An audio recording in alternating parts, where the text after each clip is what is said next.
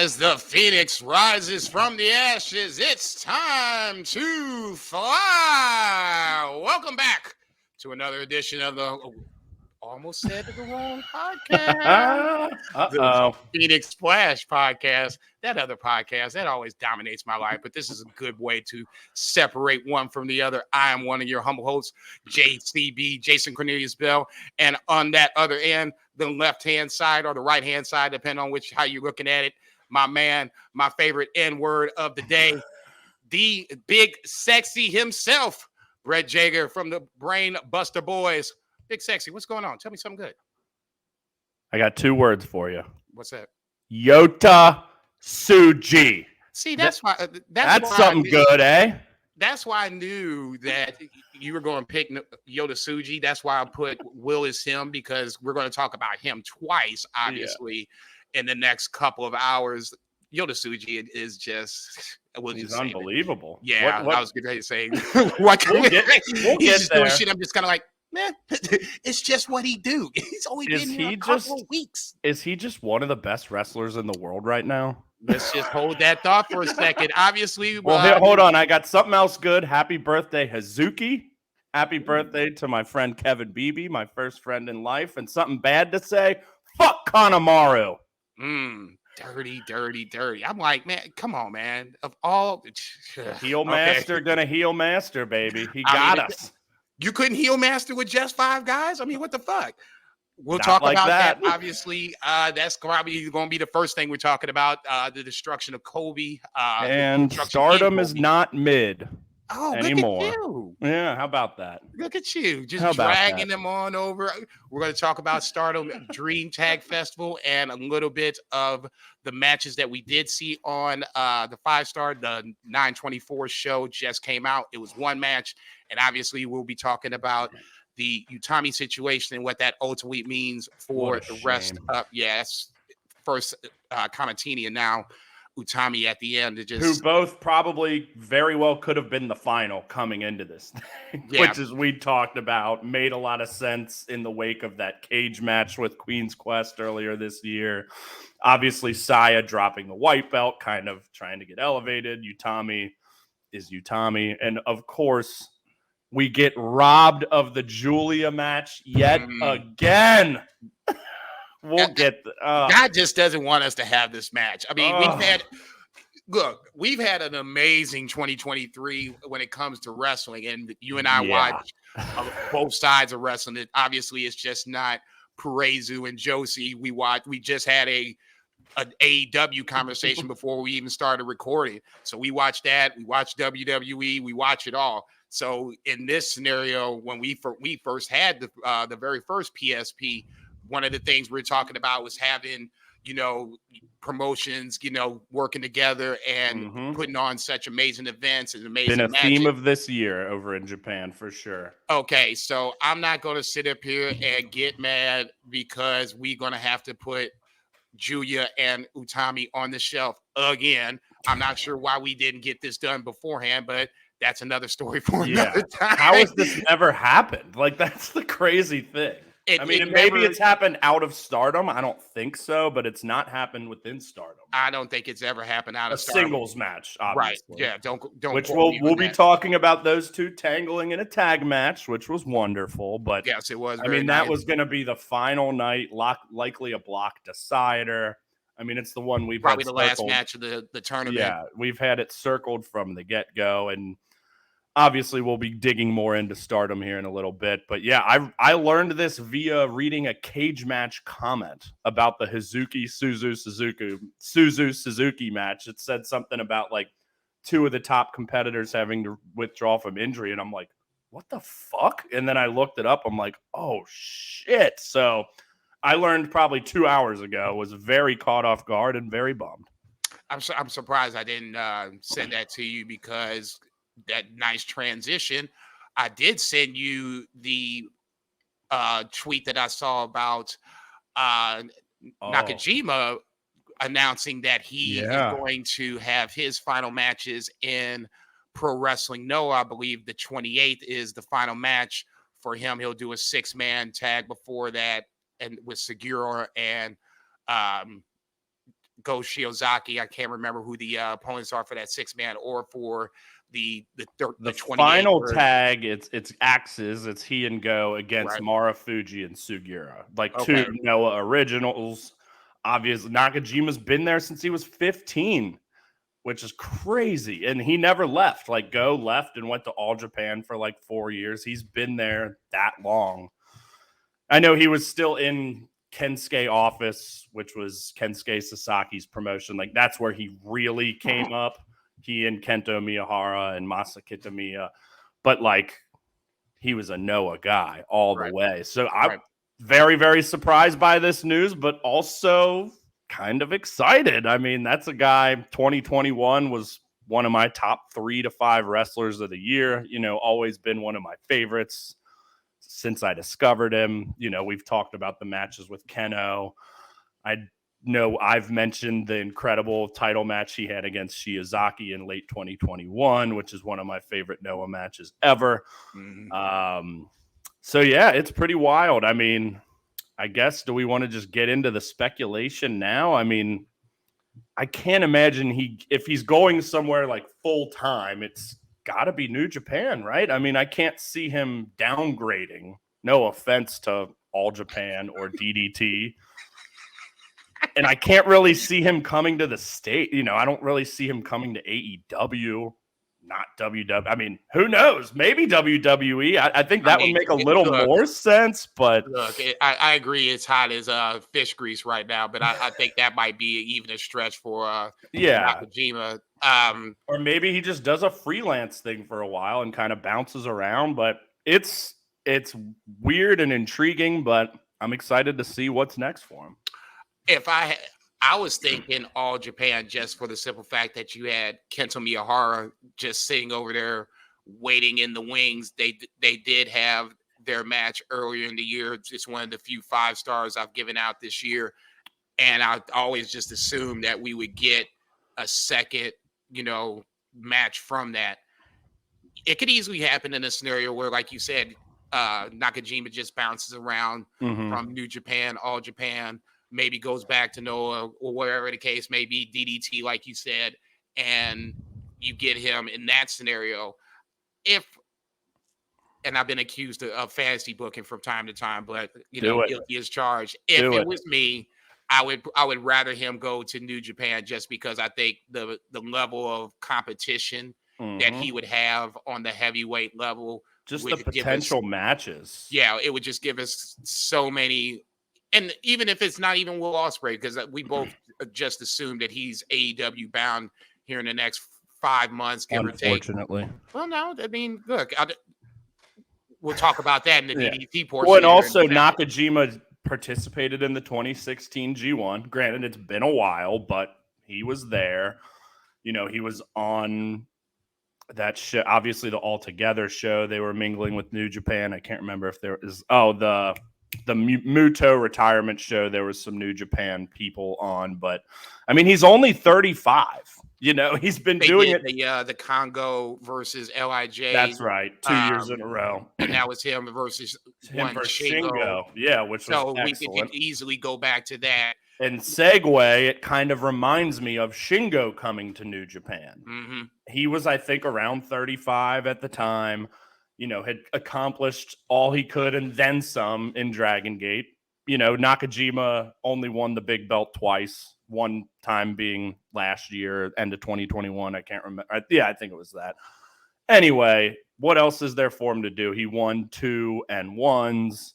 I mean, he never really had like a long defining title reign, but the way that title's been booked of late, who the hell knows? But I mean, up until now. But just getting ready to say, you better put some respect on that. Yeah. Oh, I'm certainly on the Sith Lord Jacob Lee. But it's fascinating. But yeah, I just think New Japan just seems to make too much sense. But like you said, maybe he waits a little bit. I mean, there's definitely money on the table with another Kento match.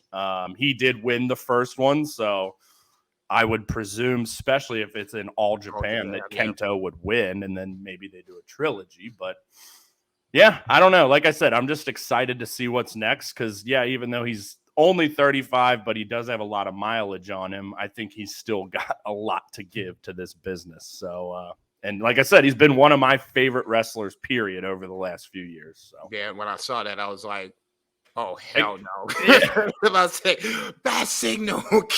Yeah, you sent me the tweet from like puroresu Flosion or whatever, and obviously had no idea. I'm like, this could be anything. And that was about the last thing I was expecting to see was Nakajima's leaving Noah. So, yeah, that was definitely a right hook that I did not see coming. We'll talk about that.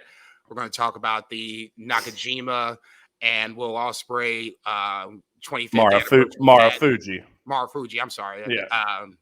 We'll talk about that match and some of the matches that'll lead into the Grand Ship in Nagoya on the 24th, if I can read my handwriting. And obviously that will be the main event. Gio Shiozaki and Jake Lee for the title matches. One match in the, I won't call it the pre-show, but the undercard that kind of leads into something to one of those title matches. And then to top it off, we're going to talk a little DDT and let our boy Brett Jager earn his paycheck this bi-weekly. He'll be taking over the DDT portion. He had me watching the DDT show. Who's gone to top? I believe that was the which is a great name. Yeah, that was great saying. And you even watched one more match than I did. Yeah, I was going to say I had to get on it before we started recording. The match was DDT versus All Japan. It was a tag team match, and I would, which wasn't listed on the cage match card that I had sent you. I'm like, okay, I'm going to watch these last four, and then that one came up. I'm like, what the hell? And limited time and so much wrestling to watch. I skipped it. And of course you didn't because you watched it all. Yeah, of course, because I'm a glutton like that. And so I'm going to Wrestle Universe and I'm like, okay, where is this 8-man tag? And I'm like, 1, 2, 3, 4, 5. What the fuck? I'm like, hold up, man. What's this match in between? I'm like, oh, not that I wasn't interested in it. I love Baby Ibushi, Yuki Ueno, and can't remember who he was teaming with, but I know Atsuki Aoyagi was on the other side, who's the younger brother. And Tamura, who I'm not super familiar with. Obviously, neither am I. Who did Ueno team with? Kojima. Oh, Toy Kojima, another guy I'm not super familiar with. Either, but related to Satoshi? I don't believe so. Okay, because I don't think so. I'm looking at it. I'm like, man, can we get this swab in your mouth real quick? We're going to need a little DNA. So, yeah, we got a full show to talk about. So let's stop bullshitting. Let's get into it. Let's start with, obviously, the New Japan show, Destruction in Kobe on the 24th.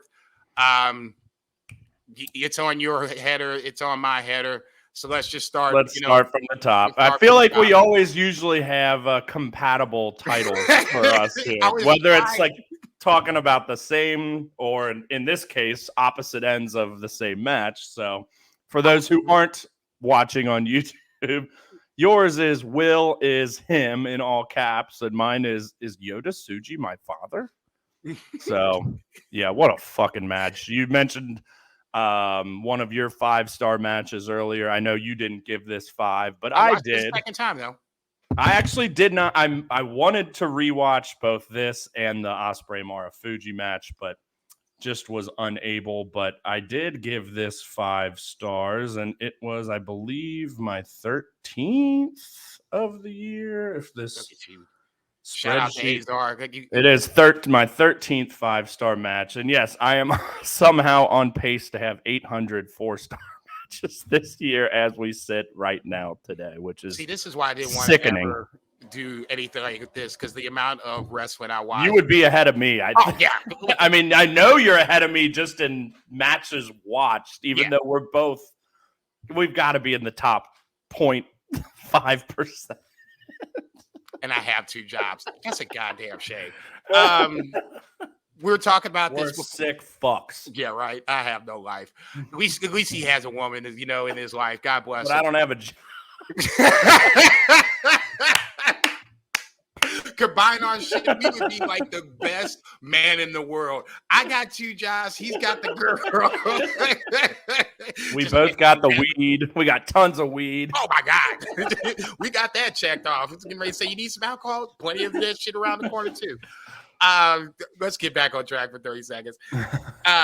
We were talking before we got on the air, that's in the air, on recording or whatever, that is Yota Tsuji that guy? Is he the best wrestler right now? I mean, I'm saying is he one? We know Will Ospreay is. Okay, that's kind of the reason why I wanted to put. And Kazuchika Okada is still 1B as far as I'm concerned.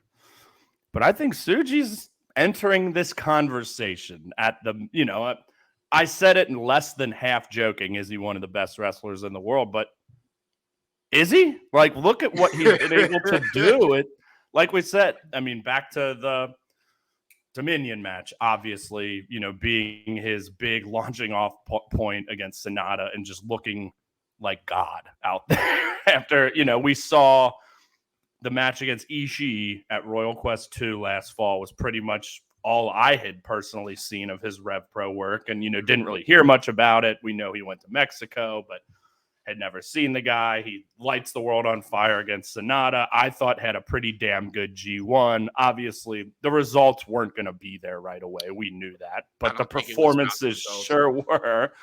And yeah, man, I mean, I didn't necessarily not expect a classic here because we know how good Ospreay is and I know how good Tsuji is, but man, this just clicked in every way for me. The drama, the intensity, Tsuji hanging with him step for step, not looking out of place for 1 second, and the crowd just going nuts the whole way. I think he stomped Will's head about 50 times in about 50 different variations. And man, these two just clicked so well. And it was so fucking awesome. I loved it. That was one of the takeaways that I took from it, is this curb stomp or whatever you're going to call it from Yota Tsuji. It can come from anywhere. Mm-hmm. And he's doing it in different ways. That it was the one leading up to this, whatever their elimination match was, with the curb stop on the outside on the apron. We all seen that. But this one where he came in and like flipped him over and then stomped him or whatever, I was like, like the double jump. Yeah, like from the second rope. Yeah. Oh, we have not seen this. I've seen young Tsuji has been in the lab doing some work. And I know commentary had said it at one point. I don't know if it was Chris Charlton or Kevin Kelly. Shout out to Kevin Kelly. He's basically saying that, he's getting ready to wrap things up. So, along with Mariah May on the Stardom side, you might want to start giving some love to Kevin Kelly on the New Japan side, because it looks like he's, wrapping up his show. Let's save some time to talk a little Kevin Kelly, because he deserves everything. All the flowers. What a fucking legend. When I first started watching New Japan, he and Don Callis were essentially the commentary team. And then you had Gino Gambino come in on the real big show. So Rocky Romero was in and out. When Okada would come out, you would have, those, I guess, multitude of guys, that 4-man rotation. But mainly Kelly and Callis were so fucking good. Don Callis, I think that's the reason why I like Don Callis to this day. He's an amazing performer in every sense of the word, and it's crazy that he was the fucking jackal back in the day, right? And now Truth Commission. Now he's one of the biggest heels in wrestling. He's getting the Dominic Mysterio treatment. I mean, not quite to that level, but it's pretty damn close. Purposes, when he grabs the mic, I mean, they let it rain on him, and it just shows how well he knows this craft and how well he performs his craft more specifically. And what about him showing up out of the blue at Takeshita's match in DDT? And the sad part about it is I knew that it happened. I was like, See, I didn't ahead of time when I was watching. And obviously now we know they were in Japan shooting an angle with Kota Ibushi, but still, I didn't expect to see Callis show up there. Like, it was like mid-match, too. I knew it, totally forgot it, and he came out of nowhere. I'm like, oh, yeah, damn. And that's part of the going back to the very first episode. This is what we were talking about. I don't even watch DDT, but Brett made me want to watch it, at least for, a couple of reasons. And we'll talk about that in a second. Obviously, Takeshita was on that show, but after seeing the angle post-match to Takeshita and seeing other things that happen, I'm sitting there shaking my head. I'm like, now see, this is how I'm gonna get sucked into DDT. Chris Jericho coming up like that. The crowd popped huge for that. And like I said, I totally forgot. And then once it happened, I'm just like, oh, I did know the Jericho thing ahead of time, but not that Callis showed up. We're really getting off topic early. But let's make sure we hold a space for Kevin Kelly, because what a fucking job he has done. But let's talk more Ospreay Tsuji, shall we? Because God damn.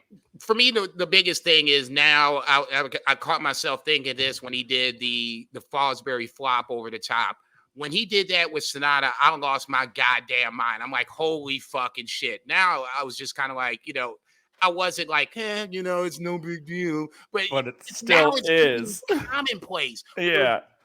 Everything he's doing is now that I'm seeing it. It's not a bad thing. It's not that like he's, he hasn't even been around for like 6 months. So it's not like his moveset is old.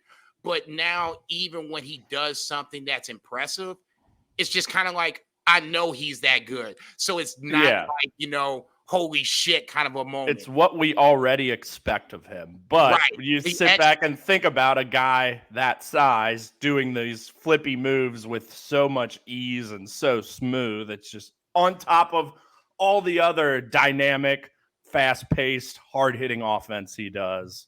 And just he has all the subtleties, the look, the smile, the crowd connection, being able to fire up the crowd. He's got everything, man. And it's just a joy to fucking watch. I love him. And every time he goes out, I feel like I love him that much more. I don't even care if he doesn't have, the charisma of Naito. I don't want him to have the charisma of Naito. I want him to be something totally different. He's got it. It's just a different type of charisma. Yeah. The finish, obviously, I'd say obviously, well, you and I talked about it, obviously, but the look where he's kind of like, okay, I'm just going to take this. I've basically delivered all I can do. I know the end is coming. Tsuji fell on the sword in a way that you don't always see, but for this particular match, I think it worked. Because Tsuji, for 27 minutes and 51 seconds, Tsuji gave it all to Will Ospreay. And that's kudos to both guys. Obviously, Will Ospreay is Will Ospreay. We can talk about him till the cows come home. It was one of the questions coming in was, at least in my mind, could Yota Tsuji keep up with Will Ospreay? Because Will Ospreay will pay some motherfucker to death. And there was no problem whatsoever with Yota Tsuji just keeping up with that pace. It was almost like, I felt like that, I need y'all to both slow down a little bit so that way nobody's missing anything. It's one of those matches where all the spots hit. Yes. And you don't really get a chance to see Alpha Bane and Dragon Wolf. We'll talk about that later on. That's another, which is also great, but very, very different. All the spots hit in that match too against, I guess that was Alejandro and Ninja Mac. But this one was just on a different level. I gave it 4.75 on the second watch. I gave it 4.5 on the first. Do not get me wrong. If anybody is like Brett and gave it 5 stars, I ain't mad at you. I'm not. This was an epic ass match. It did more for Yota Tsuji than it would do for Will. Well, for this is just, another, check mark on the bedpost for Will Ospreay on the way to Wrestler of the Year in 2023. But he made Yota Tsuji look as good as anybody has, and that includes Sonata in the first title match in Dominion. Yeah. Yeah, and you mentioned the finish. I mean, like I said, that's what kind of took it to that 5 for me. Was I think he had already hit Ospreay with a Stormbreaker, which was awesome, and then Ospreay ends up spearing Yota. He kicks out at 1, gets hit with the Storm Driver. Granted, it was nowhere near as deadly as the one Kenny took, where it literally dumped him on his head. Like, oh no, that's the franchise, go! But he kicked out of that, and that popped me big time because I thought, okay, he's won matches with this before. He beat Kenny with it. Yeah. He gets up from that, and that's when he gets up and just like big smile and just like laughing in his face, backing him into the corner. It reminded me of Tanahashi doing the same to Ibushi in the 2018 G1 final, but that was Tanahashi still in the midst of the fight, like getting his shit back, but like backing him into the corner. Like Ospreay looked like frightened. Yeah. Like, how the fuck is this guy still coming at me? And then just the most brutal hidden blade to the face, Stormbreaker for the win. But it was unbelievable. I think there was like he hit the big Os cutter from the second rope to the floor, which was awesome. Just so many great moves. And like we'd said, just the chemistry. They clicked in every level. So many great counters. Yeah, it was fucking awesome. He's the one to hit. Yeah, both of them. A part of me was, and we'll talk about Naito here in 30 seconds. That was the semi-main event. I knew in my heart of hearts that Tsuji wasn't going to win, but part of the backstory leading into this match was the possible return of the Intercontinental Championship back to New Japan. So for those who haven't been paying attention, Tsuji's plan was to have him win the United Kingdom. I'll give it its proper due. The United Kingdom title. Naito wins the IWGP title, and then Naito breaks up the IWGP and the Intercontinental title. So now essentially you can now have 3 titles instead of the 2, and we can move forward from that point. Obviously, the Yota Tsuji part did not happen. I wasn't expecting it to happen, but we got an amazing match out of it. Well, and I will say, we both obviously picked Ospreay and thought, but he still had me believing in that match. It's like, I still thought this is at least possible. Because as we've talked off air, Ospreay's going to drop that belt before he goes to AEW, presuming that happens. But it could have happened here. So I was still hoping and praying that it would. Drop it? I mean, we've seen the United States title be on AEW programming, so it's not like it. But if he's jumping over there full time, I don't see that happening. But I could be wrong, and maybe he doesn't even go in the first place. I mean, we think he is. Everyone and their brother thinks he is, but it ain't a certainty. It kind of almost makes too much sense if he doesn't, because now we're seeing him more and more with Don Callis and all this other stuff. Obviously, Wrestle Dream this weekend, he'll be a huge part of that. So Aussie Opens there. It's kind of like connecting the dots, and it would be almost surprising, like I said, if it didn't happen. That said, if he stays, do not get me wrong, I would be more than happy to eat crow on the biggest spoon of spoons that you want to hand it to me. I just think that would be, I think what New Japan's going to have to do a lot to appease Will Ospreay. And if that doesn't happen, that's where I think Tony Khan will come in. And he has basically all that Will would want coming from a promotion. And I can see that's why I think the Intercontinental Championship coming back has some traction. If Will leaves and they don't drop the title before he leaves, you're missing that gap between the top and then what would probably be the next title would be the never open weight title held by David Finlay. And this ain't a knock against David Finlay. We talked about him. I mean, he's done well so far, but I mean, he's been MIA. A lot of them have been MIA since the G1, and that's not a knock against David Finlay. But on that same aspect, he hasn't elevated the never to where we would hope it would have been at some point. The coming back of the return, better choice of words, of the Intercontinental Championship just makes too much sense, especially if Will Ospreay's jumping ship. Yeah, I agree. But, and this will lead us right into the post-match before we move on, you know who Will Ospreay could lose that title to is one Zack Sabre Jr. at Royal Quest. Because is it for both? Cause I know it's not been officially, but because Ospreay pointed at the TV title at the end of that segment as well.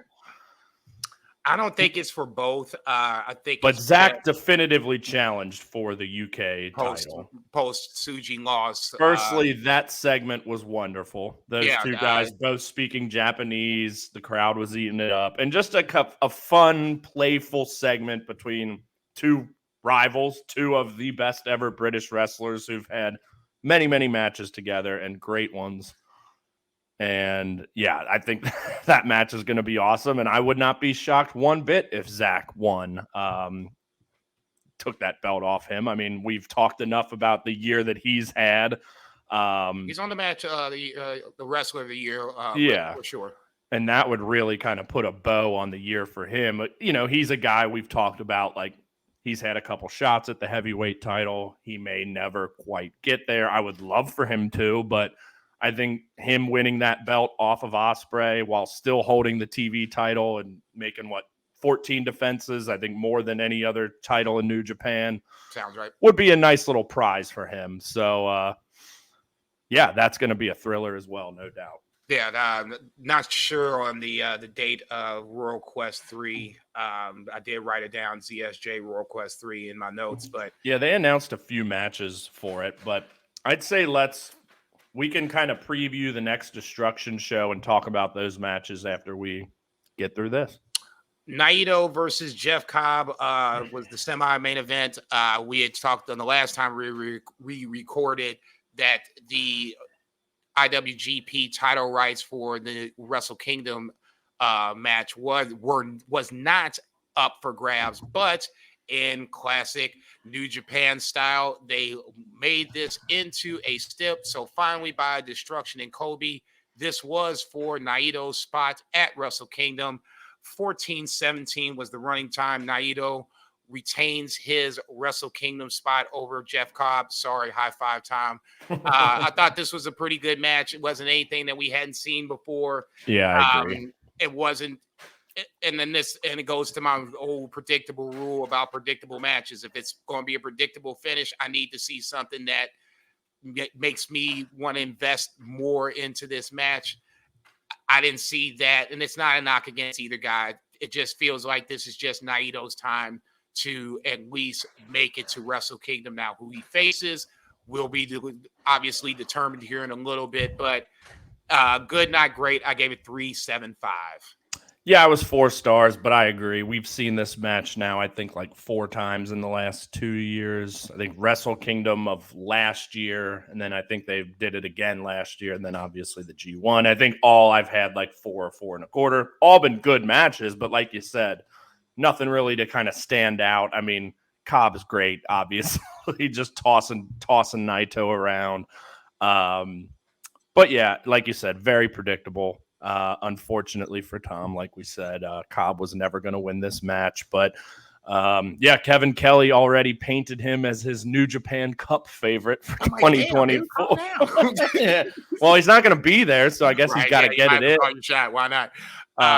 But yeah, Cobb's like kind of a half step below ZSJ as far as I'm concerned in kind of the hierarchy. He's an upper mid-card guy. Would be perfect for Intercontinental or even like having him take it off David Finlay at some point. The Never belt, I think, could be a good thing because I feel it. Didn't they kind of tease some Bullet Club, United Empire stuff like at the end of the G1? A little bit. There's been so few shows lately that I kind of forget, but anyway, that could be a possibility too. But yeah, thought this was a rock solid match, but nothing to get too excited about here. And yeah, Naito, I assume probably won't be defending that again. So Shane Haste is the other guy that I don't see that happening.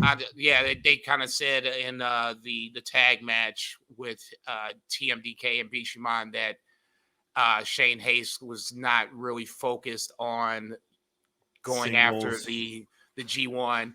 Yeah. Obviously, we'll talk about that here in a second, but at the moment, Shane Haste is out, so I would assume this is going to be Naito coasting the rest of the way to the Wrestle Kingdom match in January 2024.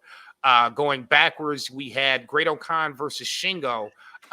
Lead up to this was basically the recruitment of Shingo to United Empire. Obviously, that went left as Shingo tore the T-shirt of United Empire, destroying all hopes of Great-O-Khan getting him over. I didn't think you needed that as a build-up to the match. I just think, to me, just makes Shingo and Great-O-Khan feel like the two dogs in the yard that just looking to fight, let them fight kind of thing. Lead up aside, I thought this was a pretty good fucking match. I just wish that the opposite guy won, but I get why Shingo Takagi went over. This was a 11-minute slugfest, 11:27 for the official record. It was a slugfest back and forth.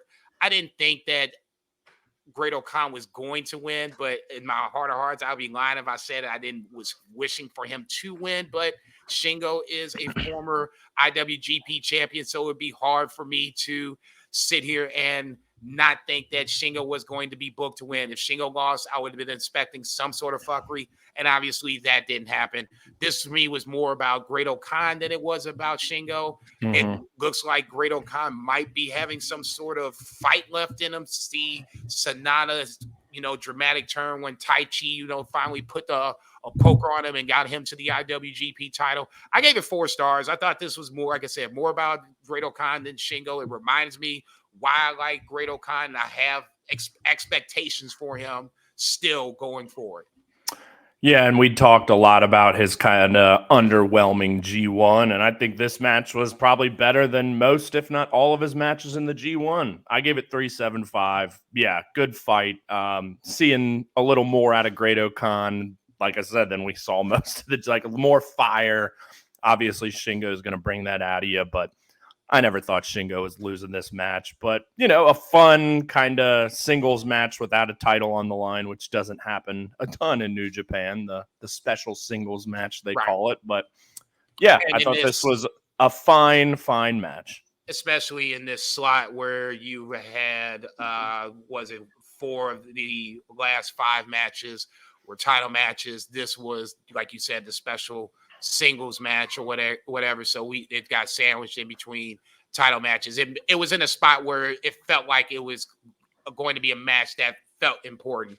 Yeah. And for 11:27, like I said, they went out there and slugged that shit out. And I ain't mad at them. The last 3 were all LIJ versus United Empire as well. Something to, see what happens, especially if Will Ospreay does decide to actually go to AEW. I'm curious to see what this does, if anything, to... I mean, maybe Great-O-Khan becomes the leader. De facto leader, like Evil was. Yeah, he seems to fit that bill more than Jeff Cobb. No offense to Cobb, but O'Khan just feels more like that leader. I mean, he's wearing the suit often, carrying the flag. I think it makes sense. No, if and when, and I'm thinking more for when, I'll be curious to see what happens to United Empire. That's why I haven't gotten one of their soccer jerseys yet. I'm not... Congo's, dissipating. Somebody else just broke up too. Just 5 guys is, we're back to just 4. Still going backwards with Bishamon versus TMDK. In this case, this is Shane Hayes and Mikey Nichols with a 3rd crack at the IWGP Tag Team Championship. And they still can't get it done. This is the one. If this was banned from ringside, we have a lock of the week when we do predictions. Stone Cold Lead Pipe lock of the week. Yep, I've heard this would have been mine. I was for TMDK. Oh yeah, I'm like, there's no way in hell they're gonna have these guys lose. Especially coming off both of them having strong G1s as singles guys. Like, I came into this match more into Hayes and Nichols than I'd been in their recent run in New Japan. And I love Bishamon. Similarly, I thought TMDK was going to win, and match was okay. I mean, it didn't... I went, I think, 3.5 or 3.75. I can't even remember. It wasn't a 4-star match, but what are we doing with TMDK? Like you said, that's 3 times they've challenged for the titles. All have been like solid but not great matches in my mind. I thought both guys' performances in the G1, they showed a lot more than they did in this match. Again, not that it was bad. It was still a fine match, and I'm never going to be upset about Bishamon winning and retaining the titles, but I'm with you. I think it would have made more sense to strap up TMDK here, coming in a little hot. Like, why not? Zach's obviously doing great things. We got Big Teats back in the building.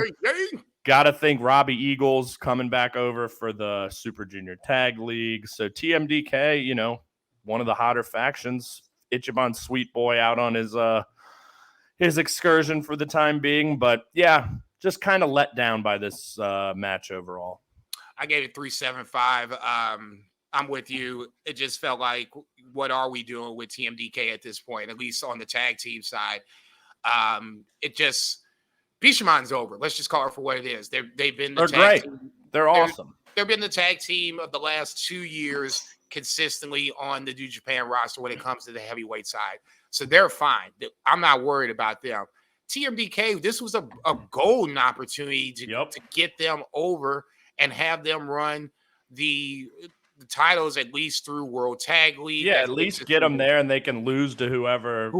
Get them that Wrestle Kingdom tag title match, and that's what I thought was going to happen. And that would have made more sense. Give Bishamon a break. I mean, they've been hitting this joint for a hot minute. If somebody else, everybody else is waiting to hit this joint too, Bishamon. So I memean, damn, it's time to pass the joint. That's the only reason I felt like it. It would have been 4 stars if TMDK would have won the match. Mm-hmm. I bumped it because this just felt like same old shit. Unfortunately, and that's a knock against the booking. That's Gato versus TMDK. I thought the match was solid. Yeah. TMDK is fine match. Yeah. I mean, once again, commentary filling in holes I didn't know. I didn't know that they were the tag team of the year. They were like the last, foreign tag team that won tag team of the year across the pond. I was like, okay, shit. That's I didn't either.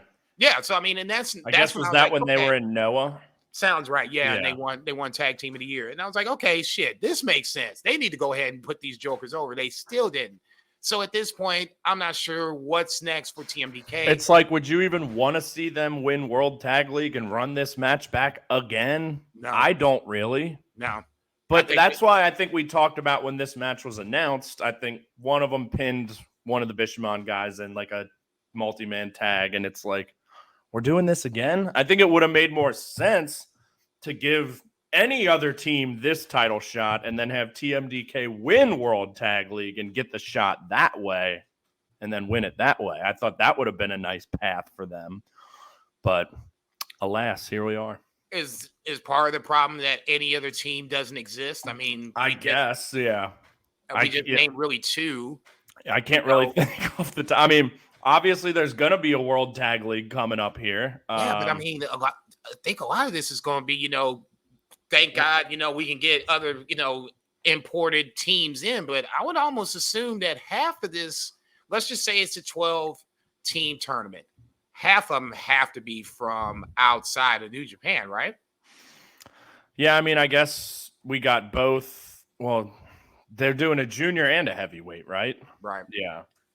I mean, I feel like that you can get more junior teams, probably. I mean, ELP and Hikaleo, aren't they challenging for the strong? Like, that's a new, fresh team that I'm somewhat interested in, I guess. No, you ain't. No, you ain't. Stop. I mean, I love ELP, and Hikaleo's Hikaleo. I think you laugh trying to get through that sentence. Don't even slip it. Lie to yourself. What about God? We haven't seen them tag up in forever. Obviously, they've won the belt 7 times, and we don't really need it. And Tama's been much better as a singles guy, and Tangaloa stinks. So. Yeah, there's a dearth of tag teams right now. Yeah, the time to put TMDK over, and they did not. All right, let's get this. This one I really wanted to get out of the way first, but as we go backwards on a PSP. This unfortunately has to be talked about. So let's talk about it. Sho versus Tai Chi for the never openweight championship. KOP dub. I'm sorry. Oh, yeah. KOPW. KOPW. I'm sorry. Because the stipulation is KOPW shit. And this is. This to me takes a step back. House of Torture and Just 5 Guys handcuffed together in pairs. So I'm seeing this stip for the first time. And I'm like, okay, how can House of Torture get out of this? Because they're going to get out of this. It's just, how does it happen? that was my biggest problem walking into this match because I knew they were going to get out of it. How are they going to get out of it is the problem. Number two is the stip itself. Taichi and Shingo, I thought, did a really good job of making the KOPW title feel like a wrestling title. Absolutely. This feels like we're going back more towards the Yano over the top wrestling steps to. Well, and that's what Show is. He's just heel Yano at this point. Pretty much. The man hasn't had a serious, and we know how great he is or how great he can be. But when's the last time we saw a serious match from Show? Years. When he turned on Yo. Yeah. And that honestly, that's pretty much. He's just the heel Yano at this point, which is just so unfortunate. And now with Kanemaru flipping, like House of Torture just gets that much more strength. It's like we've all just been waiting for the day that this is going to end. And now to me, the end is nowhere near it. Not that I thought it was in sight anyway, but now it's even further down the line. I was getting ready to say, that ain't the end of the tunnel. That's a truck at the end of the tunnel. We just got hit. How surprised were you that Kanemaru flipped on just 5 guys? Very surprised. Me too. Yeah, I didn't see it. Yeah, not one bit, which in that sense, kudos. You know, no matter what, I enjoy being caught off guard when watching wrestling. And yeah, definitely didn't see that coming. And I thought it was well done. You know, back to him sustaining seemingly the Vince McMahon bump your leg against the apron collapse injury, which I assume was all fake at this point. I mean, that's what the announcers were saying. Obviously, he seemed to be moving around okay. He was doing moves and shit. And then he comes out, crowd goes nuts because they think he's going to help Taichi, gets the liquor and spits it in Taichi's face, and Show is just smile. So I thought the execution was done very well. Yeah. But fuck Kanemaru, and I'm pissed off. Because what a year. He was having such a great year. Obviously he's a veteran, been around forever, but this has probably been one of his best years in New Japan. He had great match with Hiromu, some great tag matches with Doki early in the year. I think one against Catch 2 that I thought was excellent. But yeah, it's a shame. And sucks that they have one more guy. I'm at least I'm not intrigued, but not at all. The ref bump to set it up, it's ref bump, powder, and then that's when the kind of like the scrum starts to happen. Kanemaru comes out. I'm like, okay, this is perfect. You know, House of Torture is kind of getting free of their, they're still handcuffed at this point. I'm like, okay, there's still a chance. Here comes Kanemaru, and the next thing you know, I'm like, oh, motherfucker. They got my ass again. I think Azar watched it like a day later, and on our text thread, out of nowhere, he just said, like, wait, what the fuck? Something like when that message came through, I'm like, yep, he just watched the Kanemaru because he loves Kanemaru too. And I knew he would have a strong reaction to that. And yeah, wait, what the fuck? I'm like, man, just when I thought you were out there pulling us back in, I gave it 3 3.25 stars. It gets the bump for the Kanemaru, bump at the end. But outside of that, same old House of Torture bullshit. I am so sick of them. This just means we're going to see more of them in more kinds of ways with more kinds of fuckery. Whiskey of the Japanese variety involved. Get ready for Show and Kanemaru in Junior Tag League. That's going to be a blast. Just thinking that. Yeah, that's going to be a fucking blast, isn't it? No, it is not. That's going to suck ass is what it's going to suck. That's the one thing I didn't want to see. Seeing them at the end with just now 4 guys, on the ground, I was just hopefully you saved your merch. That's going to be a collector's item or anybody that's got just 5 guys. I knew right then. I was like, man, these jokers ain't going nowhere. They are going to be a thorn in my ass for the next 4 months, going the rest of the way to the end of 2023, and obviously going into 2024. I'm done with that. Okay, so just undercard. guys that won, matches that were had. Big Teats, we just talked about him earlier. He and ZSJ beat Ishii and Okada. I gave that 3.5 stars. I'm sorry. Leo Rush and Leo Rush coming back after a heel run in Impact. Didn't even seem like it even happened. He and beat Bushi and I think he still had just in like the entrance with like the big jacket. I thought the presentation was a little more heely in New Japan than it had been previously. But he wasn't really like acting much like a heel. Right, and that's where I was going with it. If you watch Impact, yeah, he's a flat out heel in Impact, yeah. And that was kind of like one of the running stories coming over that Chris Charlton was like, mentioning the fact that he was a heel in Impact and how this would possibly impact, for lack of a better term, his relationship with would it mean anything? And in this case, obviously it didn't.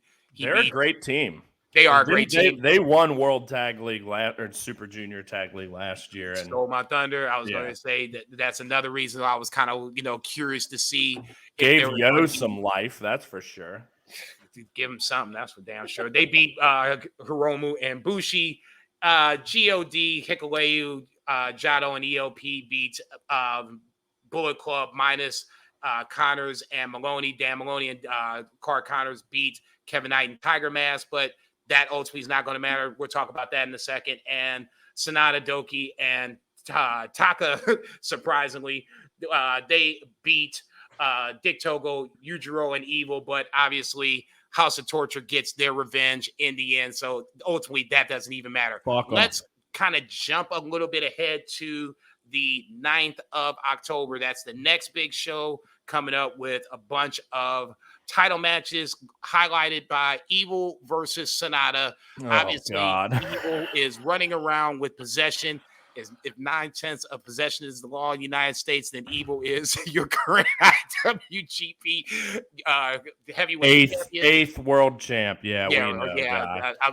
I love Sonata coming out. I am 7th champ with the belt graphic. Better say you better do something because you sure ain't got that belt. All right, we're gonna put feet to the fire. Who you got? Sonata's gotta win. I mean, we ain't running to Wrestle Kingdom main event with Evil. I'm sorry. We just can't. We can't, right? Is that your heart of heart speaking, or is that what you really think is going to happen? I really do think Sonata's going to win. I mean, especially with Evil carrying that belt around. He already lost to him in the G1. Looked like a little bitch. Sonata ain't going down. I think he's surpassed transitional champion at this point. I know I had said, like, we'll see if he loses it before. I mean, I still think there is like a big November show, right? I think last year they called it Battle Autumn. It used to be Power Struggle. So I feel like there's going to be one more defense.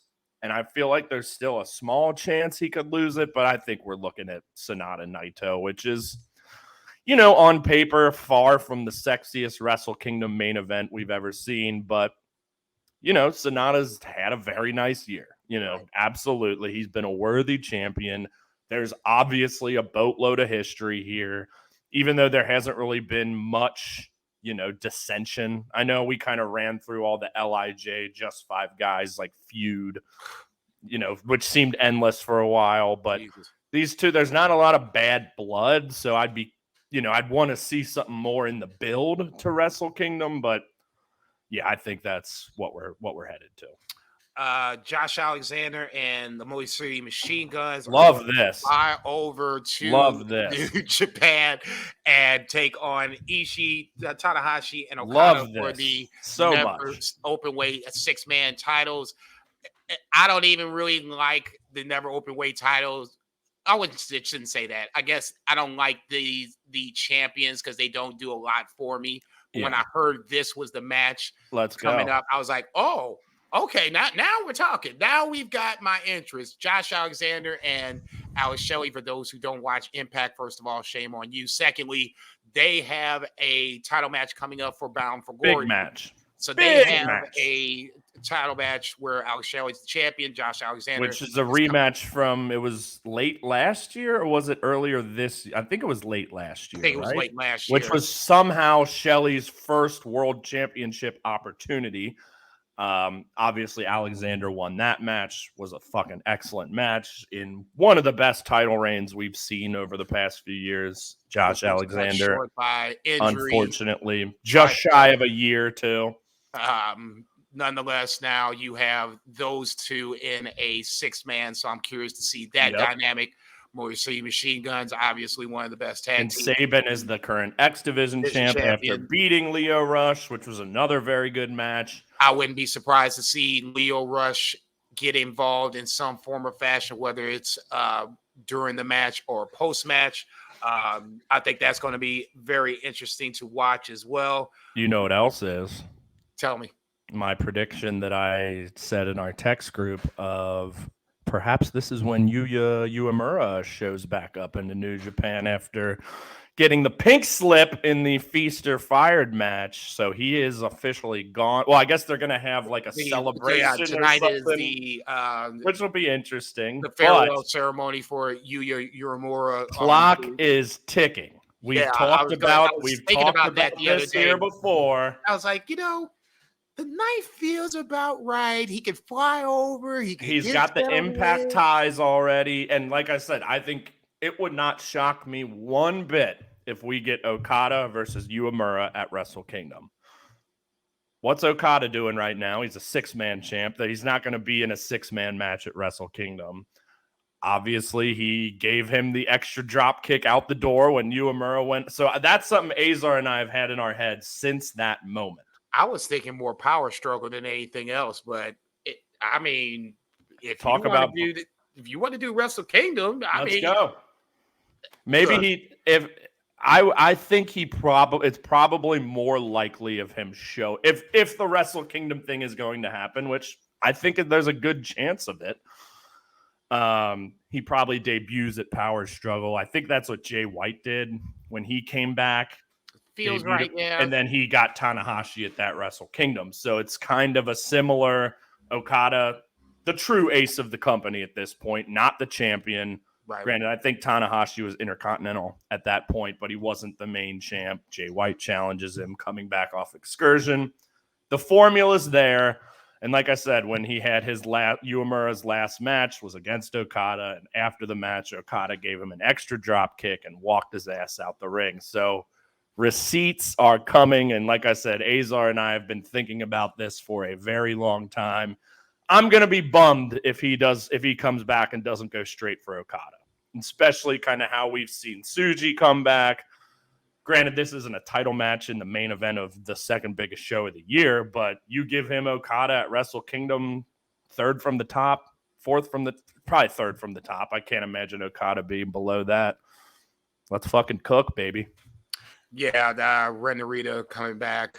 I'm thinking Shota Umino. I apologize. Shota coming back. He went out. And I think Ren versus Shota is happening at Wrestle Kingdom. I wouldn't be surprised. I mean, that you just can't keep them two jokers apart. No.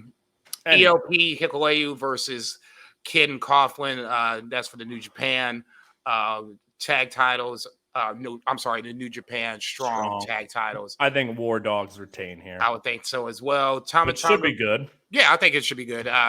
I just don't. There's no reason in the world to take it off. Gabe Kidd's the fucking man. So let's just let him keep going. Hikuleu can go chase after whatever title that they don't give a shit about. I'm sorry.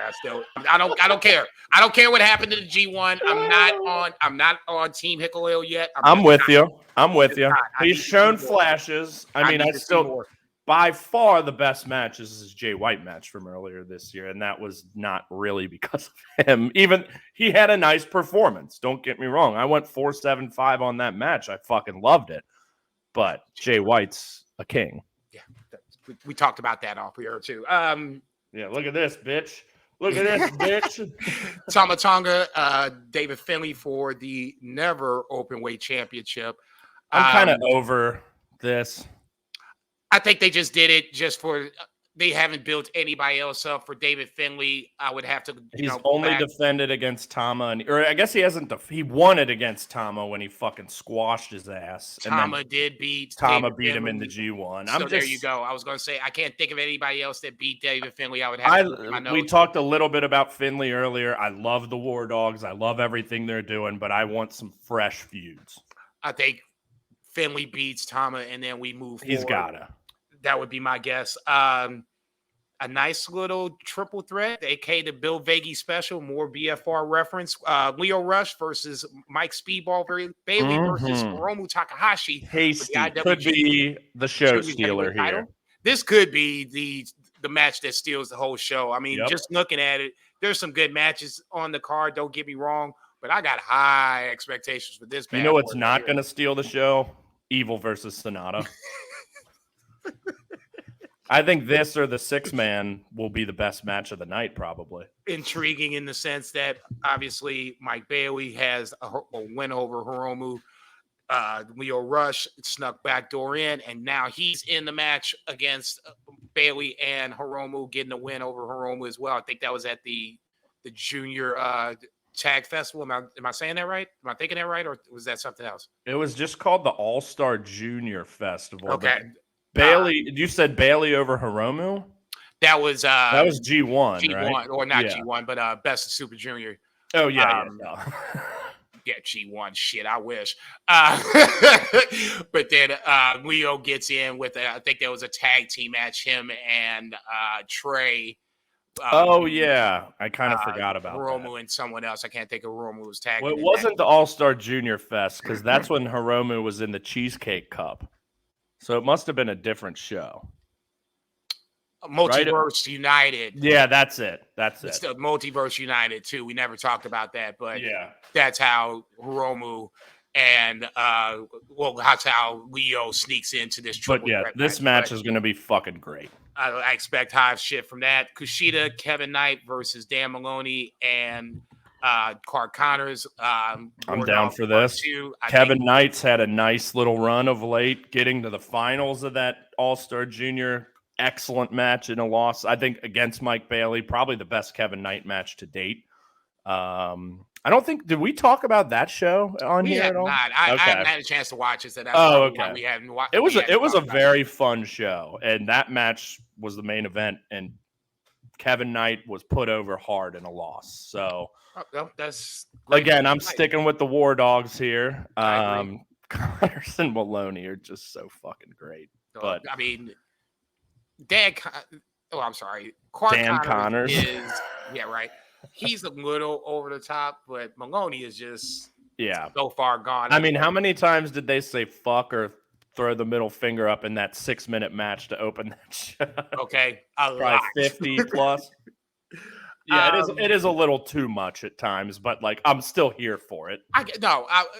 They're trying to get heat. I ain't mad at you for trying to get heat. You just sometimes just instead of 10, 8 works too. One thing we haven't talked about was this best of 7 6-man match between. I'll admit I have not watched any but match 1, which was a surprise because as a best of 7, 30-minute draw. Yeah, wouldn't you want to book it as one team wins? But then it's not a best of 7. Yeah, that is kind of weird. I guess maybe the first to 4 now. What? I don't get it. Unless they draw again. Then it's not the best of 7. Then it's, Well, it could be. You have 2 draws, and then each team wins 2. So each team is 2-1. Or I'm confused. See what I mean? If you just would have just let Nagata's team win the first one at home, we wouldn't have had this problem. But have you watched? There's been 2 more since then. It's only been 1 more. This will be the 3rd match. Okay, gotcha. So who won the second one? Strong Style won the second one, so they're up 1-0 and 1 draw. Just so weird to say. Just should be just 1-1 and be done with it. Neither here No, nor there. okay. Here's what each team is 2-2-2 going into the finals. 2 wins, 2 losses, 2 draws. That's how you do it at this point. But yeah, it's a stupid decision. Yeah, it made no sense. The match was good, I thought. Right. I was just like, okay, I think I gave it 4 stars. Like, it was a good, fun match, but yeah. I just assumed like this would be like, okay, in 26 minutes, one team or the other was going to win, and that didn't happen. So neither here nor there. Yeah, I think that, I got everything. Anything else New Japan related you wanted to talk about that I missed? Get the rest of those Royal Quest matches, because there was some interest here. I'm pulling it up right now. And then just aside from that, let's just talk a little Kevin Kelly and just how fucking great he's been for this product and for the English fans. And yeah, what a... And were you saying everything I was already going to say. I'm going to miss him. No, yeah, without question. Now, this was a scenario, like I said, when I first came in, it was about Kevin Kelly. And I didn't recognize... the education, and obviously Chris Charlton, a huge part of that as well. But Kevin Kelly clearly does his homework. Shout out Chris Samsa, sportofprowrestling.com, because he hooks that motherfucker up with everything. But I mean, to tell you, all the stats that Chris Samsa comes up with, Kevin Kelly just magically weaves them into conversation as the course of the match comes up. He just cares. Kevin Kelly, like, he just cared so much about the product, about people understanding what was going on, and he's just so great. To sacrifice how he has had to sacrifice with wife and kid at home and flying back and forth to go through, the COVID era with New Japan and still wanting to stay. Kevin Kelly was WWE, and I never realized that until, about a year in. I'm like, wait a minute. Oh, he was a common WWE reference. He was common for, like, he was a backstage interviewer a lot, and The Rock would just demolish him from time to time. And then that's why I did like a YouTube dive on Kevin Kelly backstage in WWE. I'm like, oh, that's the same Kevin, to see where he was to where he is now. And I'm not saying that Michael Cole is basically the same kind of concept, and I'm not saying that Michael Cole's on that same level. To me, he's not. I think it's Kevin Kelly and everybody else. But Cole has gotten a hell of a lot better in the last 5-6 years. The bloodline, I guess, angle wouldn't feel nearly as big if Kevin Kelly, if Michael Cole wasn't doing it and he wasn't getting over the top, and just the way he's built up Roman Reigns, the bloodline, this whole thing. I'll give Michael Cole his credit. To me, he's not Kevin Kelly. Did they march down the same path? Hell yeah. But they ain't nowhere near the same kind of commentator. Yeah, and don't get me wrong, it's been nice hearing Kevin on Collision, and I think he called like a handful of matches on All Out. So I love hearing him in AEW, no doubt, but he will definitely be missed, that's for sure. I know, I'm looking it up. I know they announced a replacement. It was a name no, they didn't. It was like a rumored thing. I know Super J-Cast tweet. Okay, Walker Stewart will be the new English voice of New Japan Pro Wrestling. And I remember I started looking him up and then got sidetracked. So that's usually how it happens. Yeah. But he has a pro wrestling wiki profile. Where does he? Huh. Okay. Looks like he did stuff for Empire Pro Wrestling in Oklahoma. So he's not really like a big name by any means. Interesting. Okay. Yeah, I just wasn't sure if maybe he was with, like, I don't really watch MLW, or obviously there's plenty of others. So kind of a relative unknown here. He's a big dude, 6'6", 320. So I wonder if he's maybe wrestled in the past or something, but if he hadn't, he might have missed his calling. Holy shit, it says he was born April 25th, 2002, which means he's 21? Is that right? Oh, wait a minute. No, hang on. That's what this wrestling or wiki, like pro wrestling wiki, says. I don't know. Over Chris Charlton? Well, I assume Charlton will be the color guy. Like, I think he'll be there still. Yeah. I just assumed that Chris Charlton was being groomed. He had on over. Yeah, he had been doing some play-by-play and was pretty good. But again, this was just a tweet from Super J-Cast from 5 days ago. But they've got sources. They have broken news before. I have not listened to their most recent episode, which they put one out this week, so I'm sure they talk about it. But yeah, Walker Stewart might be 21 years old. I guess we'll see, though. If that is the case and he's 21 and he's going to do commentary for New Japan, why can't we get that fucking job? I was just going to say he's the 4-leaf. Who the fuck are you, Walker Stewart?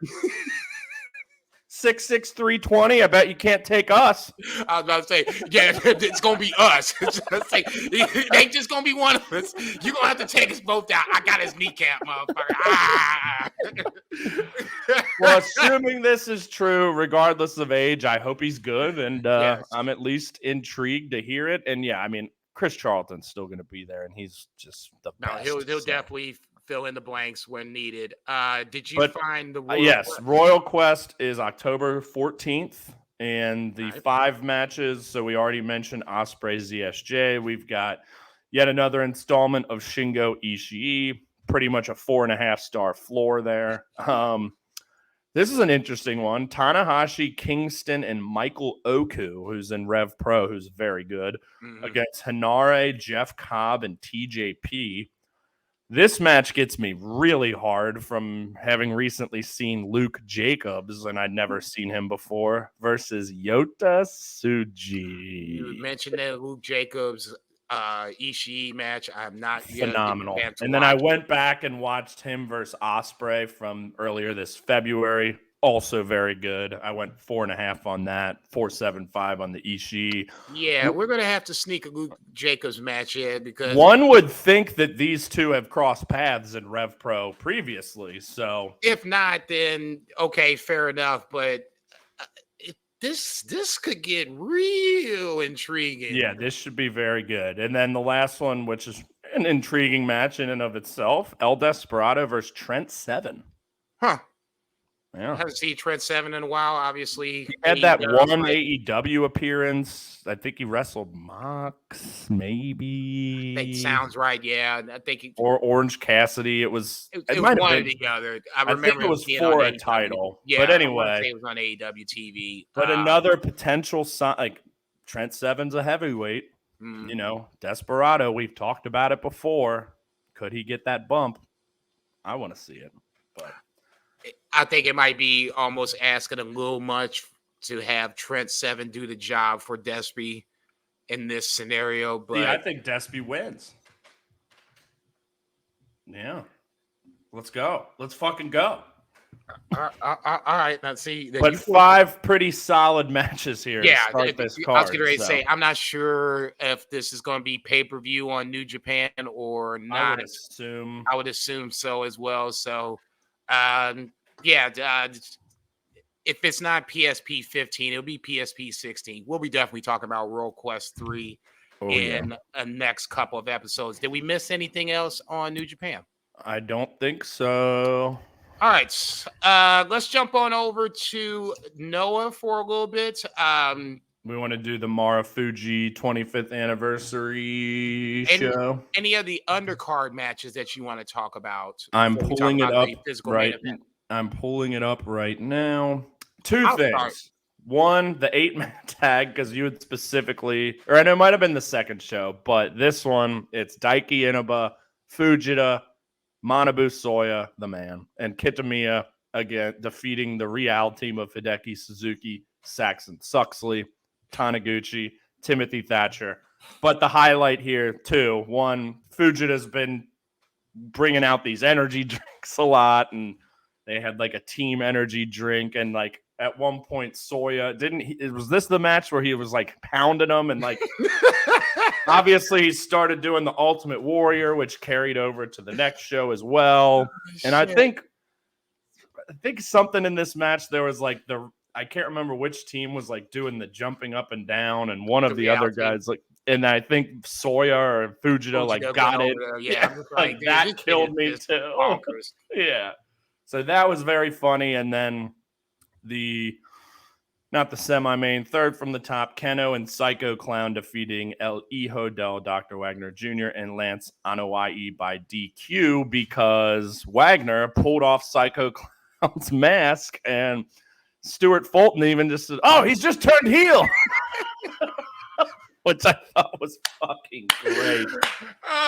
No. I just wanted to mention, because there's a different side of Wagner that we've seen. He's been pretty much a pure baby face. Right. Noah. Crowd fucking loves him.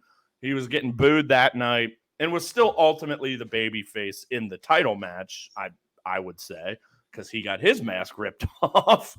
But this just added some more fuel to that, and I didn't really know the history of Psycho Clown winning Dr. Wagner Sr.'s mask. So and then I guess Psycho Clown PSP on our Twitter page. I did a retweet of monthly puroresu did a really good article on that, and that was a nice little retweeted on that. So if you're not following us on Twitter, first off, shame on you. Secondly, clearly I'm not. Yeah, well, I mean, I'm not really. I'm barely ever. You're barely on. Yeah, you're barely on social media, so you have the excuse. I should be though, because I'm probably missing a lot of great shit. In this scenario, this got me. I was already interested in the match itself, but then when I read the article from Monthly puroresu, I was like, oh. It told the backstory, how these two families had beef to begin with, and now it fast forwards up to where you have Dr. Wagner Jr. over there ripping the mask, and I'm watching this, and I'm like, why is he over here just, yeah. I mean, on a whole different level. I mean, he was healing it up to a level that I hadn't seen before. He was mad. Like, yeah, I just didn't understand why, and then I went back and read this article, like, oh, so that's why you mad. Psycho Clown was 4-0 against him as well going into the title match. So, anywho, but let's talk the main event, the dream match. I know that term gets used way too much, but for Will Ospreay, this truly was a dream match. 23:03.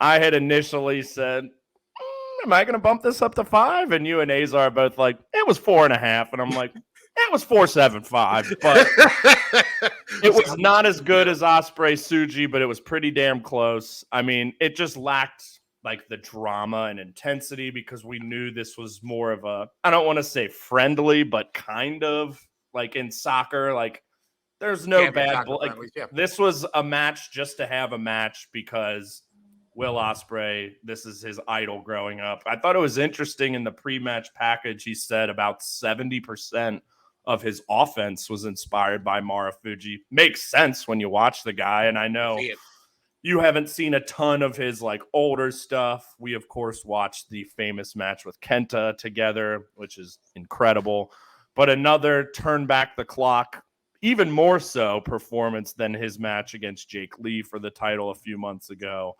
I had a big smile on my face watching this the whole time. I think you know how much I love Marafuji, the old stuff especially, but I still love the guy. I've said before, I think he and Kenta have definitely kind of been the two biggest that have kind of inspired this modern style. The likes of Ospreay and Kenny Omega, Takeshita, go down the line, kind of a mix of high flying strike, speed, power. There was one spot in this, how I don't even know how to describe it, but Ospreay does it often where he like does like a flipping weird counter and then he gets you into a power bomb that's always great. Well, this is the first time I ever saw that get countered, and Marafuji countered it into a cutter, and I'm just like, what the fuck was that? Yeah. I think like there was a big Spider-Man meme where they two Spider-Mans and they're both pointing at each other. Yep.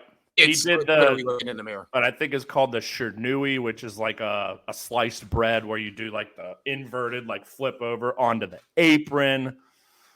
Again, I had hoped to rewatch both this and the Tsuji match, but I did not, because I know I'm missing a lot of shit. But like I said, I was just giddy like a little kid watching this. I loved every second of it. I think that's in my head. I'm like, that was a 5-star match, which again, it just lacked a little bit of the stakes and the drama and intensity to kind of really take it to that point. But the action alone was so fucking good. Yeah, and it was a 4-star floor as far as I'm concerned. Now, from that point, what you guys the post match with Will showing respect and vice versa. I thought it was all great. And yeah, this is just like you said, another check on the bedpost of what feels like the Will Ospreay goodbye tour from Japan. A little bit. I gave it 4.5. I'm sticking to it. I always wondered why I liked Marafuji, and now seeing this match, it makes more sense. It's Will Ospreay just 20 years beforehand, and I haven't really seen a lot of the Marafuji older matches, and that all this did was now I'm at a point where miraculously I'm caught up with all my wrestling, required and otherwise. So now I'm kind of like impossible. It does feel impossible sometimes, but no, I kind of feel pretty caught up currently myself. Actually. Yeah, I was watching Law and Order SVU for like 4 hours last night. I'm like, man, this is great. So this is what real life is all about. This is what people talk about when you like, Jason, you should get a life. Watch something else besides wrestling, you fucking mark. So in this scenario, I was just curious to see them in action and just see them as mirror opposites in this scenario. I thought this was really good. Like I said, I gave it 4.5. It probably could have went 4.75 if there was actual stakes to it. If they wanted to put the title on the line, you could have did that as well. But like you said, this was a really good soccer friendly with two. It was an exhibition match. It with two really good, like good Real Madrid and Barcelona. We ain't got nothing. We ain't got nothing on the line. We just gonna roll the ball out and just let you guys play and let guys pay to watch you play an exhibition game. And that's what this was. But yeah, all this did for me was just reaffirm. I'm sorry, other side. Will is him. That motherfucker right there. Number 2. I just really want to go back and watch more of Marafuji's older matches where he's a junior, he goes from junior to heavy, and watch that transformation unfold. Let's jump on over to the Grand Ship in Nagoya. That was the 24th of this month. 5 title matches. We talked about a couple, but let's just go PSP style. Let's start with the one that we want to talk about the most. 2106 bell to bell. Jake Lee retains over Gio Shiozaki. I gave it 4.25 stars. Me too. I thought this was a really good match. To me, when I have that sinking feeling in a match where I'm like, oh man, this isn't, I wanted Shiozaki to kind of win as the match was going on because he was just standing with Jake Lee. Jake made go look like $1 million. Not saying it takes a lot of work, but it made me get invested in the match. Mm-hmm. When he hit the moonsault and Jake kicked out, I was like, son of a bitch. That's it. Yeah. This ain't gonna happen tonight. Jake Lee retains, like I said, 2106. Keno comes out. Well, actually, in Jake Lee fashion, he calls Keno out and says, I want a piece of that because... And I don't know what Keno said, but he was mad. This is why I wish that, Fuck you, I beat you, you bitch. I'm better than you, you suck. Yeah, essentially, I'm sure something along those lines came out of that. And, this is why I wish they had subtitles or commentary was just fast enough to keep up with Keno, but Keno was not trying to. He was spouting, dude. Yeah, he was not trying to give anybody any time to translate shit. So you got 2 parts. Talk about the match itself, and then talk about Keno versus Jake Lee. Yeah, also 4.25. Surprised it only went 21 minutes, and commentary even mentioned like this is going to be long. A lot of Jake Lee's matches have been longer, so I'm actually glad it was not super long just to be long. But yeah, obviously I had picked Go on the last show, but I'm certainly not surprised by any means. Jake Lee, we know, has been on a hell of a run. I guess Keno in the N1 is the only time he's lost. I think been pinned, right? Yeah, a couple of draws, but the one flat out loss was to Keno. He's probably lost in some tags where he didn't get pinned, I think. But regardless, that was his first actual loss. He retains here, but yeah, happy that it was kind of a shorter, faster pace. You know, obviously Jake working on Go's arm, I thought was effective. Go working on the legs, because obviously he's finishers the kick. And yeah, when he hit that kick at the end too, like before he connected in my head, I'm like, Go's gonna kick out of this shit. He's got to kick out of this shit. And when he connected, nope, he's done. He fucking hammered him with that. Oh no! This is it. Oh damn! But you mentioned he busted out the perfect Kobashi moonsault. He hit the Misawa Emerald Flosion. So calling back to the old Noah legends of the past, and just wasn't enough to beat Jake Lee, who has not been unbeatable as we just said, but pretty damn close to it. And I thought this was a very worthy title match. Like we said, it didn't really get to that next level epic, but still very, very good. And I like that you said that, as the match went on, Go kind of made you want him to win. And I think at his best, he is, that title run he had in 2020, that was him. Just pure babyface energy. I've said it before, Kenta Kobashi's probably the greatest baby face of all time, and that was his mentor. Oh, come on. I just cut out there for a second, but I'm back. Nope, you're good. You're good. Are you there? Good. You're good. Yeah, I'm still here. Okay. That was surprisingly the first issue we've had all day, but my feed cut out there for a sec. But yeah,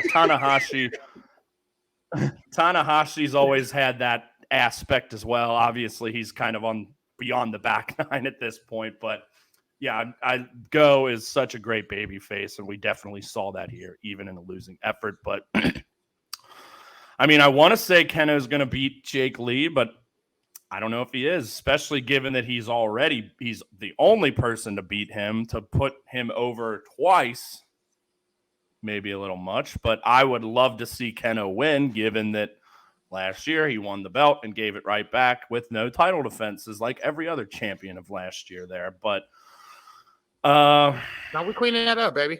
I'm gonna pick Jake Lee as we sit right now. I mean, maybe that changes. I don't think they've announced the date of the match yet. I was looking at for that the other day. It's really more about Nakajima.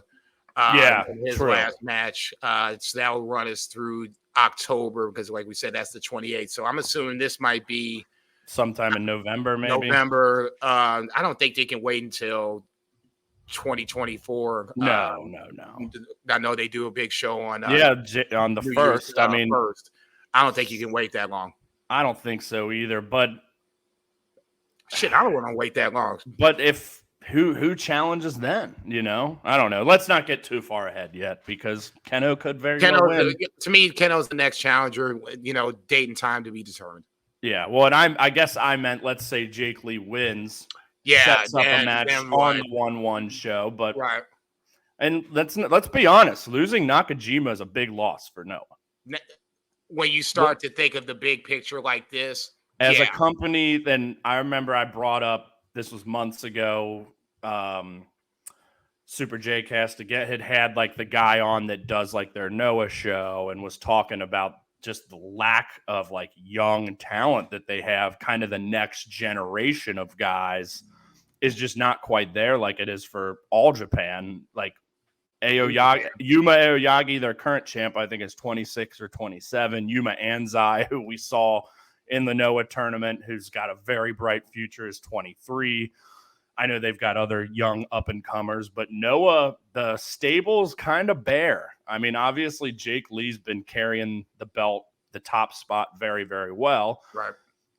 But, yeah, the future of Noah in terms of talent is kind of bleak. So, Nakajima's – that one's going to hurt him a little bit, I think. More so than they probably wanted to lead on. But time shall tell.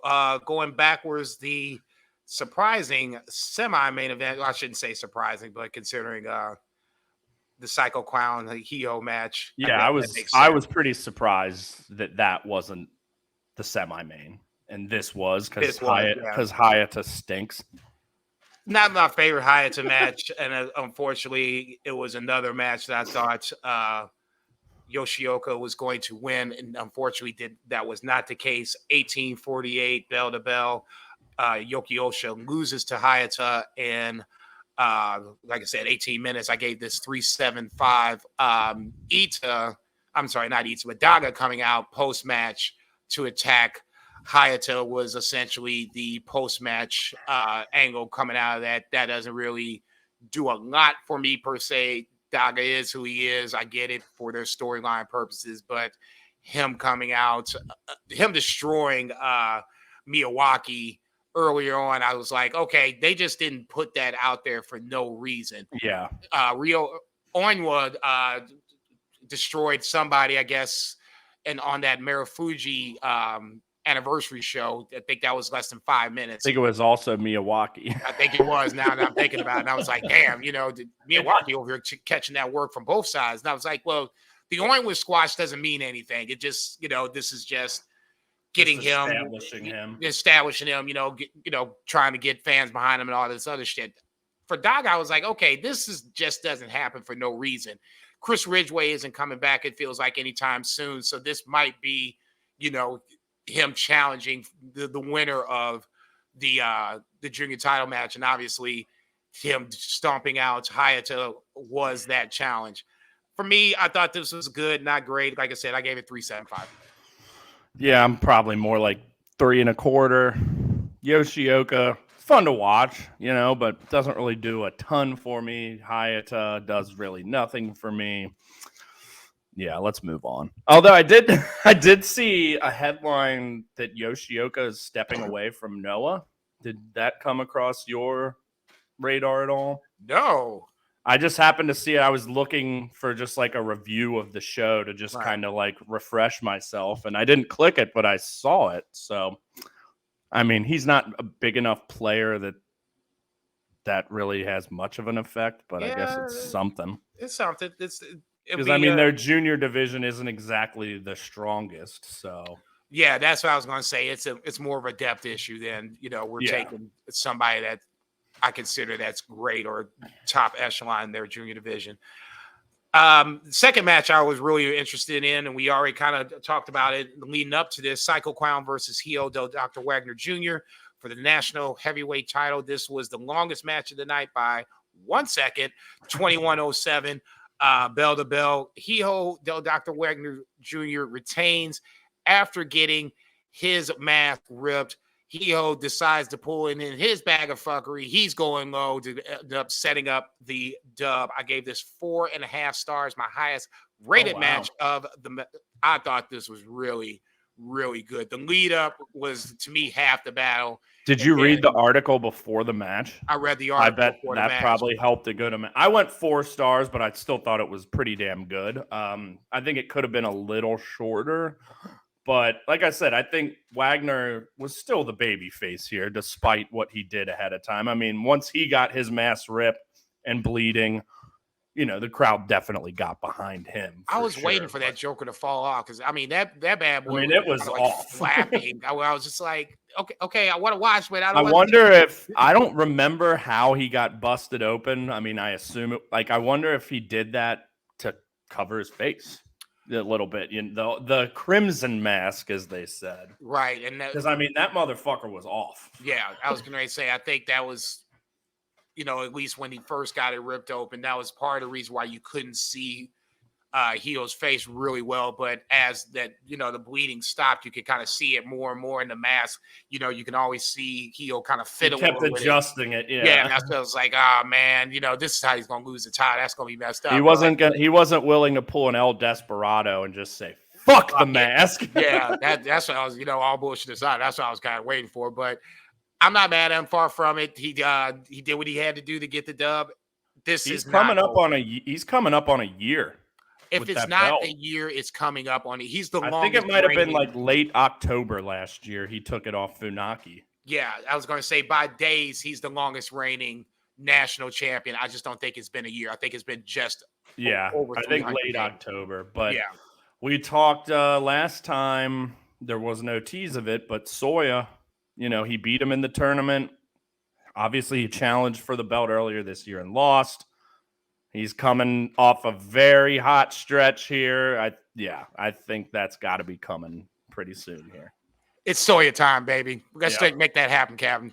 I think he should. It makes it, the build would be perfect. I'm not expecting him to take it Ultimate Warrior Part 2. Yeah, I was going to say him taking it off of Dr. Wagner Jr. would feel right. Yeah, you've gotten Hio over. To me, now you can move him up the card and just slide Manabu Soya in. It would make too much sense. So hopefully, knock on wood, that shit happens.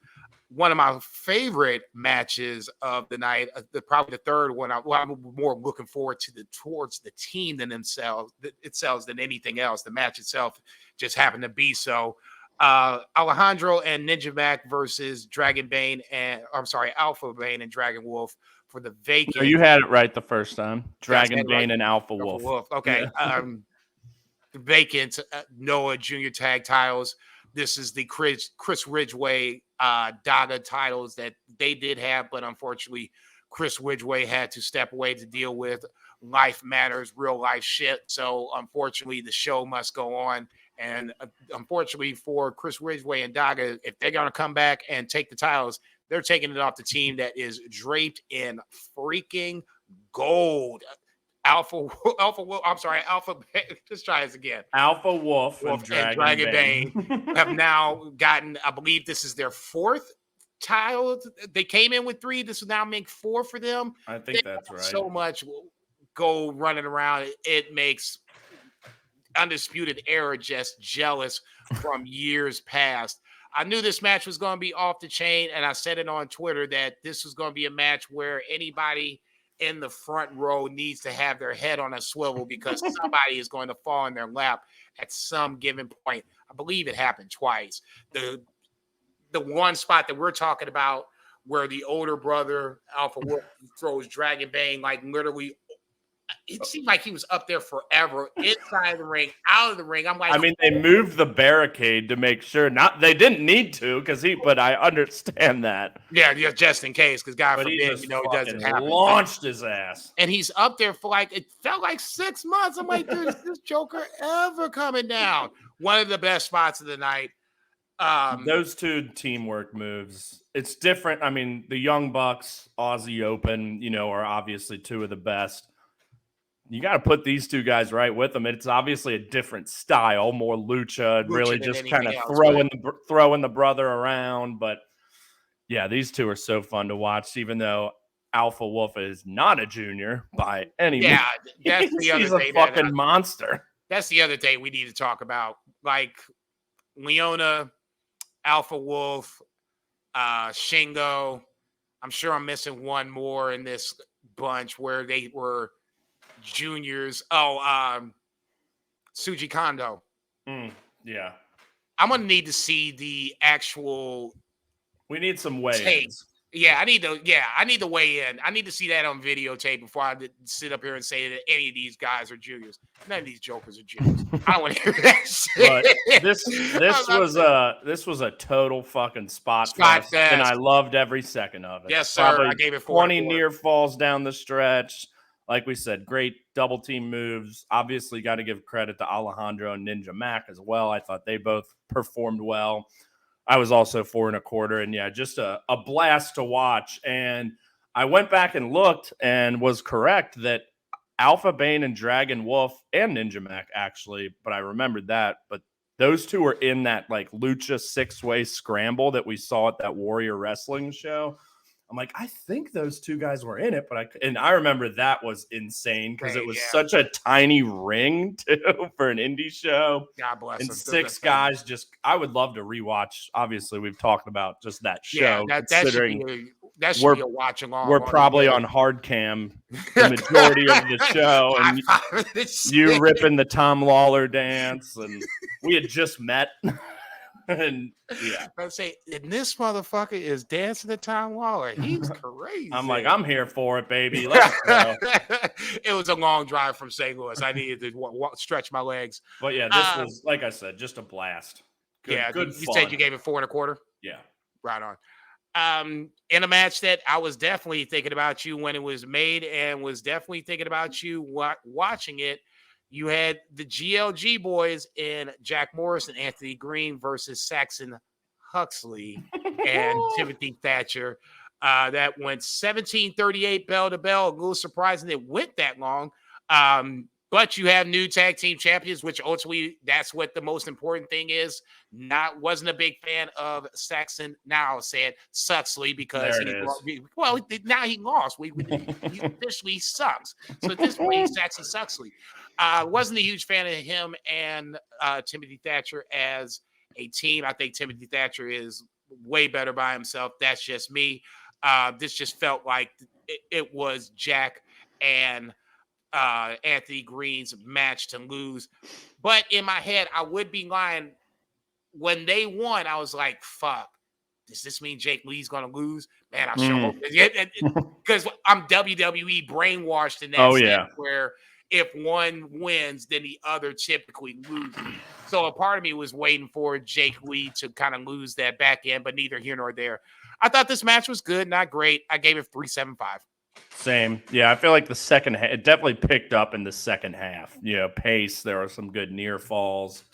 But yeah, it was fine. I was very happy for Jack and Anthony. They showed some real emotion, I think, after that match. Big moment in both of their careers. I think both of their first titles in Noah. They mentioned how Morris had challenged for both the heavyweight and the national titles and came up short.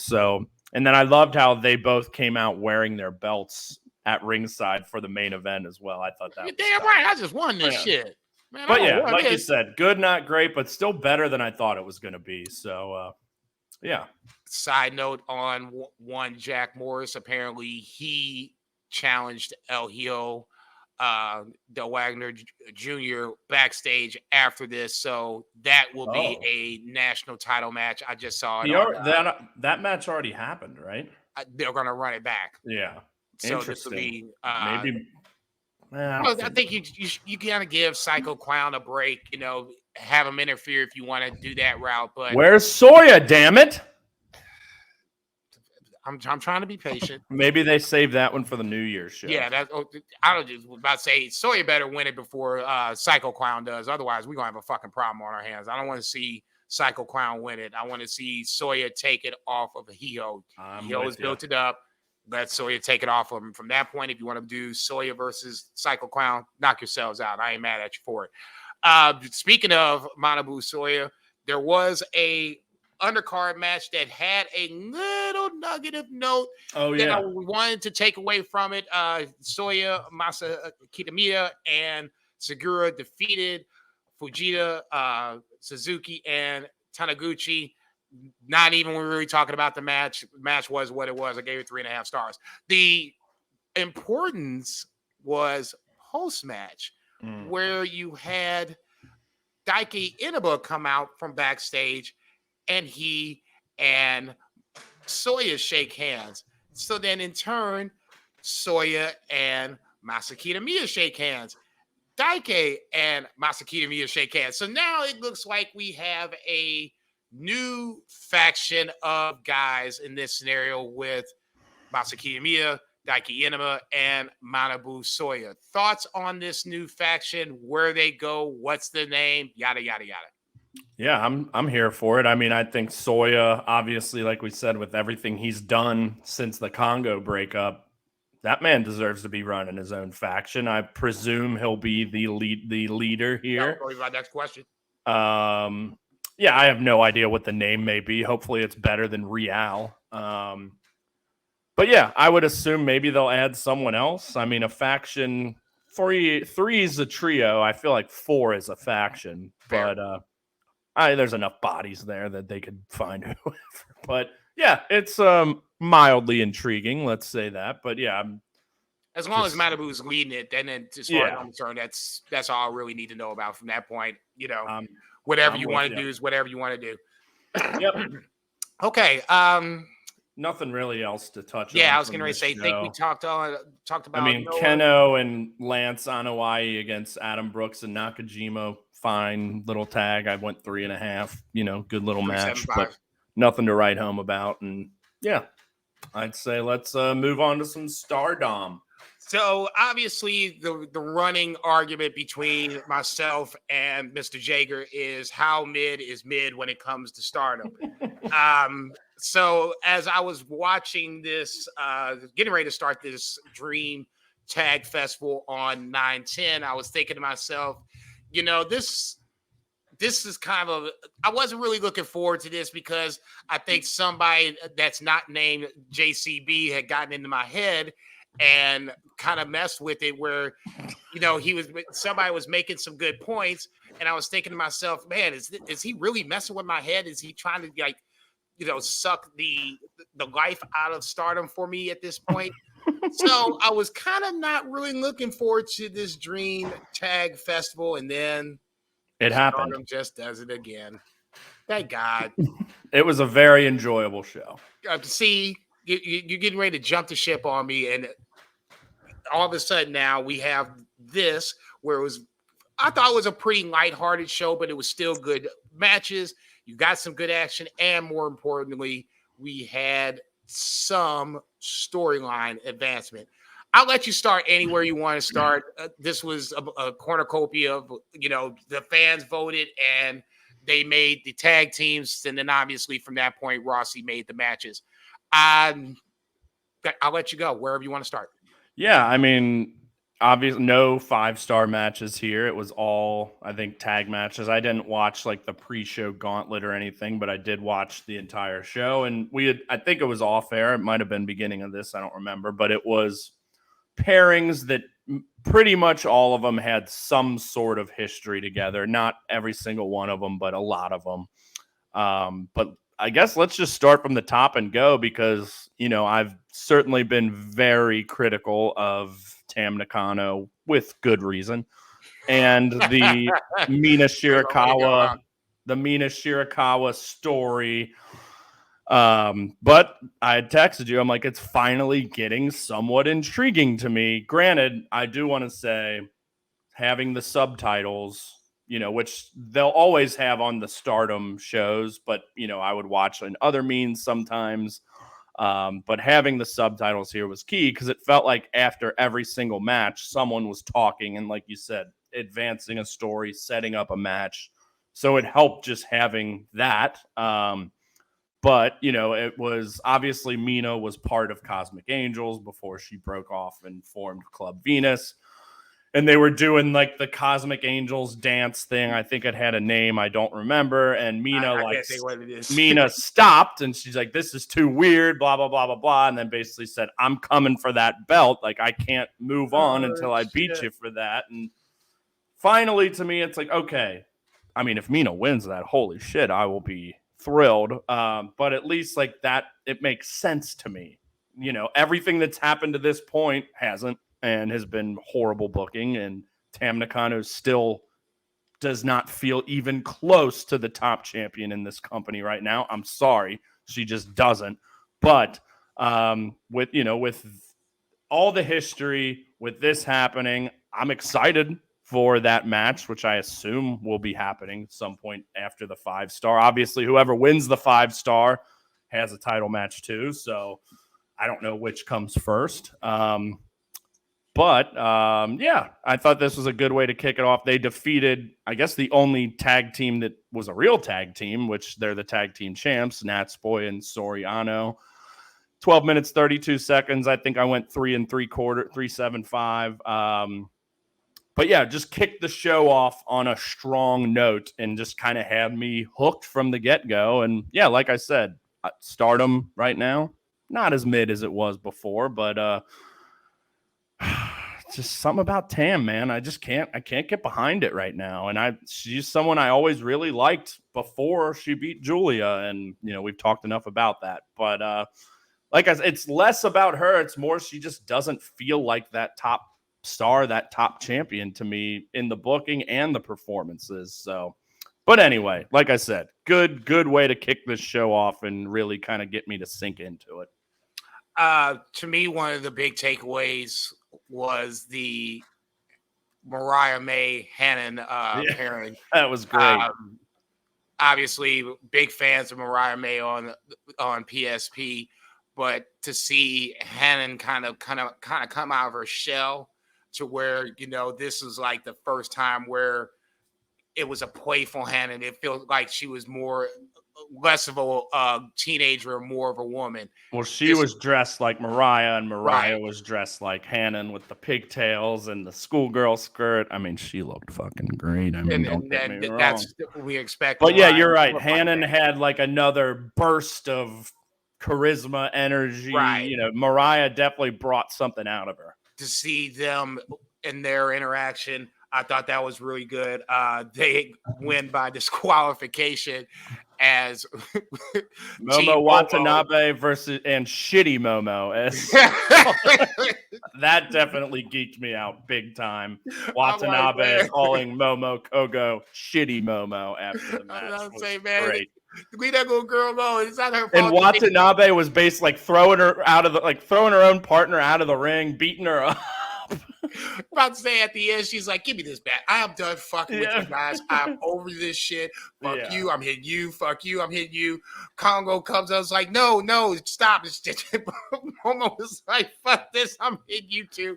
Ref finally calls for the bell. That to me was where I was like, okay. If I am laughing about this and I'm genuinely entertained, that's not me. That's not what I like in wrestling. It's well documented. That's what I knew right then. This was halfway through the show. That's when I knew I was enjoying myself, because as shitty as that is, it's classic Odayo Tai / House of Torture finish. It still made me giggle, where I was like, okay, this shit is funny. Now I'm having a good time. Yeah, you said, lighthearted show, but very entertaining and had some big kind of storyline implications. The return and Momo challenged Mirai, right? Yeah, I was going to say you had that. For the white return belt of Mai Sakurai.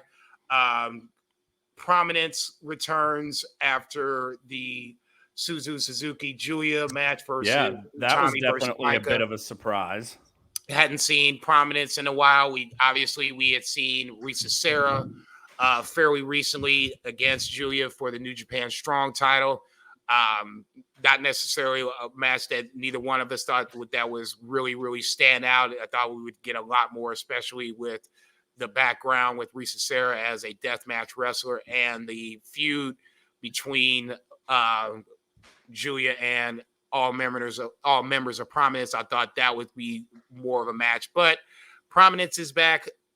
They are definitely gunning down or going after Julia and now Suzuki, who apparently has left Prominence, at least in storyline purposes. So that's something to be looking forward to.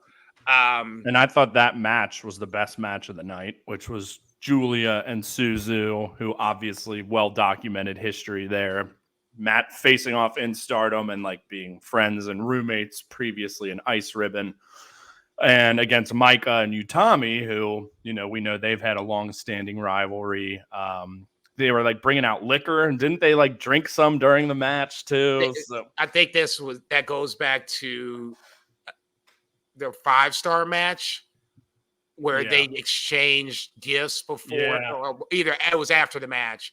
Yeah. And they both, that was their gift exchange or whatever. So let's call it like, non-secret Santa. So as they were coming out to the ring in this dream tag festival, they were basically carrying the other's gift to the ring with them and whatever liquor form it was. I was like, see, I knew I liked you two jokers right there. Y'all should just go ahead and just have your own faction, but that would be death for the rest of the story. Well, and it ended in a 15-minute draw.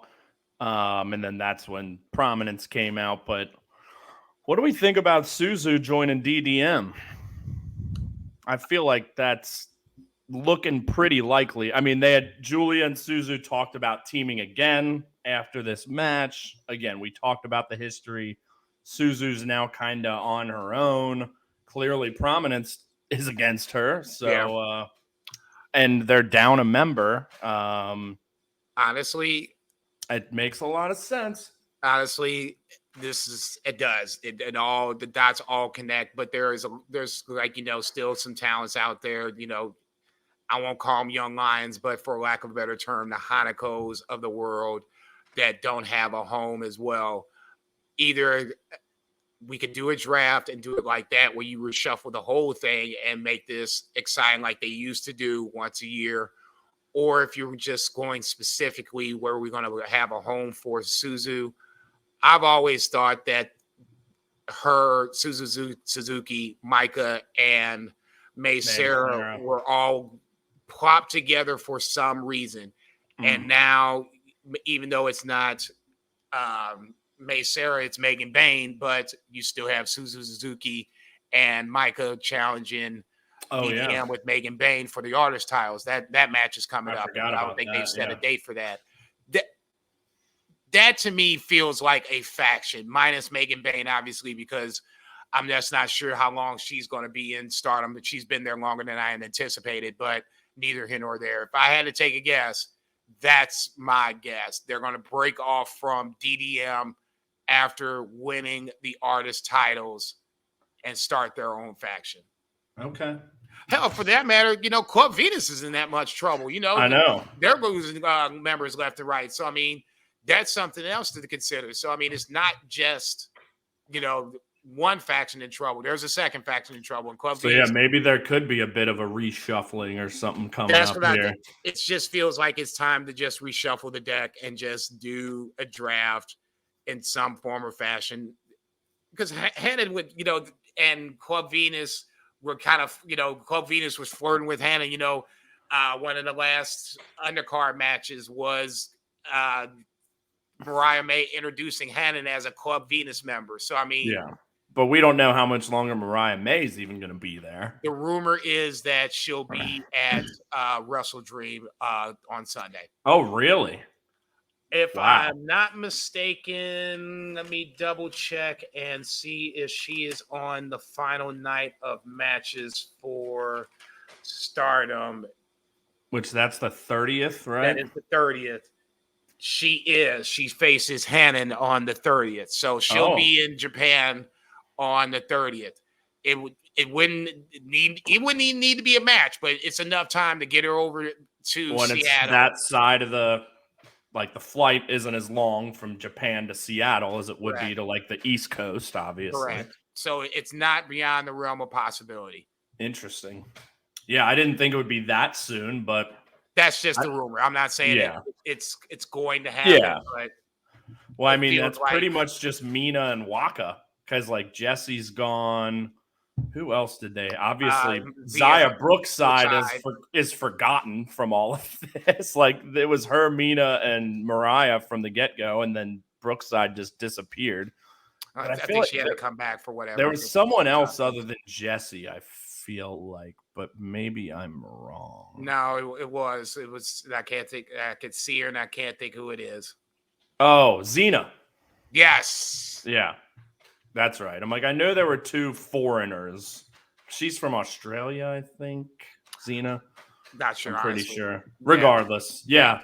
It'll be interesting. Work to do in that.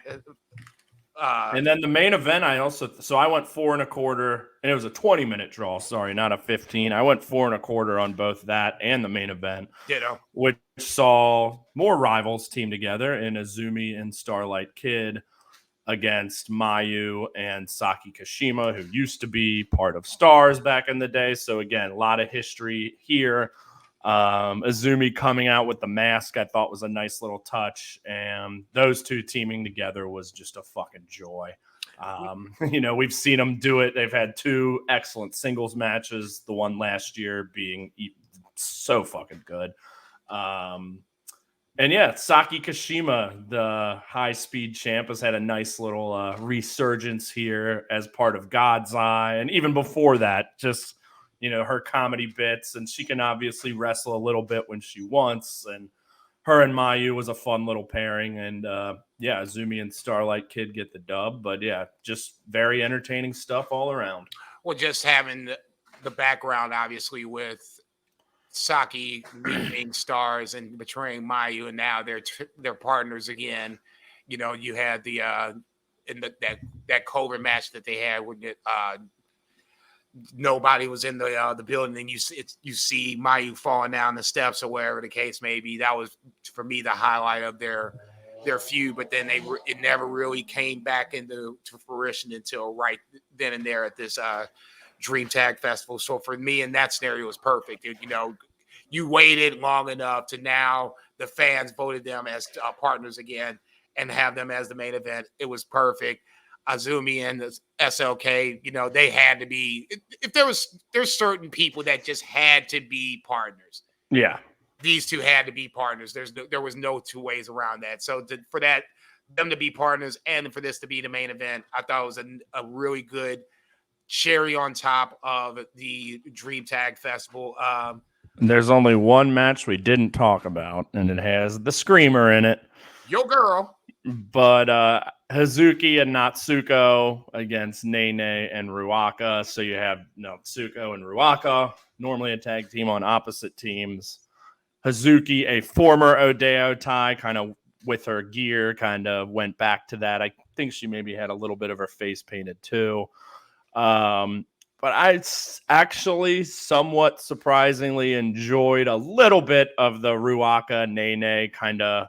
Ruaka wanted nothing to do with this match when she came out, and kind of as it went along, she was getting more and more involved. So it was fun. But I would say, probably bottom two matches, this and the Hina Rina versus Mai Sakurai and Mirai. Like these two, I probably had it like 3.25, 3.5, and everything else like 3.75 and up. So yeah, but yeah, like I said, overall, very entertaining show, enjoyable show, storyline advancement, and getting me a little bit more into Stardom here. So we'll see what the fall brings, and obviously we're going to jump into the 5-star here, and it's still a damn shame that we're not getting Utami and Julia, and Utami was my pick to win the whole thing.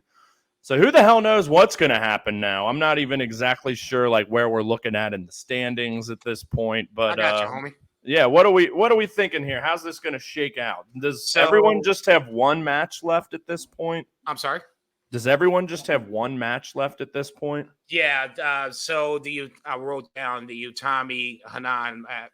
Let's try this again. Utami Hanan was supposed to be on the 24th, but Utami was it a hernia, if I'm not mistaken? So she's going to be out for a hot minute. She missed 3 matches coming up to that 24th, and then Stardom just put out a release saying that she's going to be out and out indefinitely. So knock on wood, Utami comes back hopefully before the end of the year. If not, we'll see you in 2024 at some point. So obviously this puts Utami out of the running on that side of the block, the B block side. The only other match that was on the 24th, the 9/24 show, was Julia versus Starlight Kid. Spoiler alert for those who don't want to know. Turn away, listen, turn off the volume for the next 5 seconds. 1, 2, 3, 4, 5. Julia beats Starlight Kid, so then she now takes the lead in the block at 11 points. She's over Micah with 10 points, and then you have a shit ton. Micah at 10 points, Mina at 9 points, and then you have 1, 2, 3, 4, 5 women tied at 8 points. Momo, Azumi, Atami would have been tied at 8 points, but obviously she's out now. Soriano and Mirai, they're all tied at 8. Julia is going to get those points from Utami as well. So is she just going to win this block?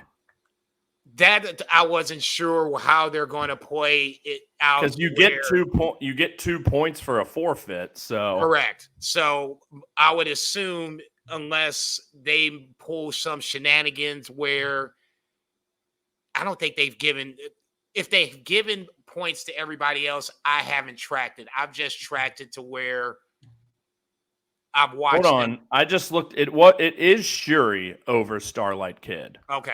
On that show. Which is what I thought it was. Okay, I made a mistake. My bad. No, you're good. I just wanted to make sure because I'm like, that just doesn't really make sense because that would basically just give Julia the block without any drama. So I think maybe they shifted plans because obviously Azumi pinned her in under a minute. Like, I'm guessing maybe that wasn't supposed to happen, but to give Julia another loss because she's going to get those 2 points from Utami at the end. You're right. Shuri would be now at 11 points. That makes a lot more sense. Okay. Yeah.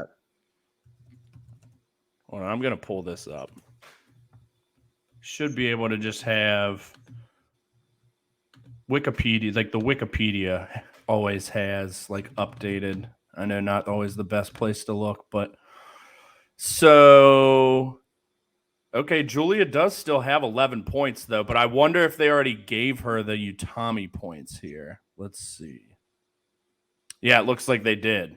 So she's done at 11. And then we have Micah and Mirai both at 10. So your girl Micah might end up still winning this block, baby. Backdooring like a motherfucker. Micah and Mirai both at 10, and then Mina at 9, and then, like you said, a slew at 8. So. And guess who wrestles on the final night?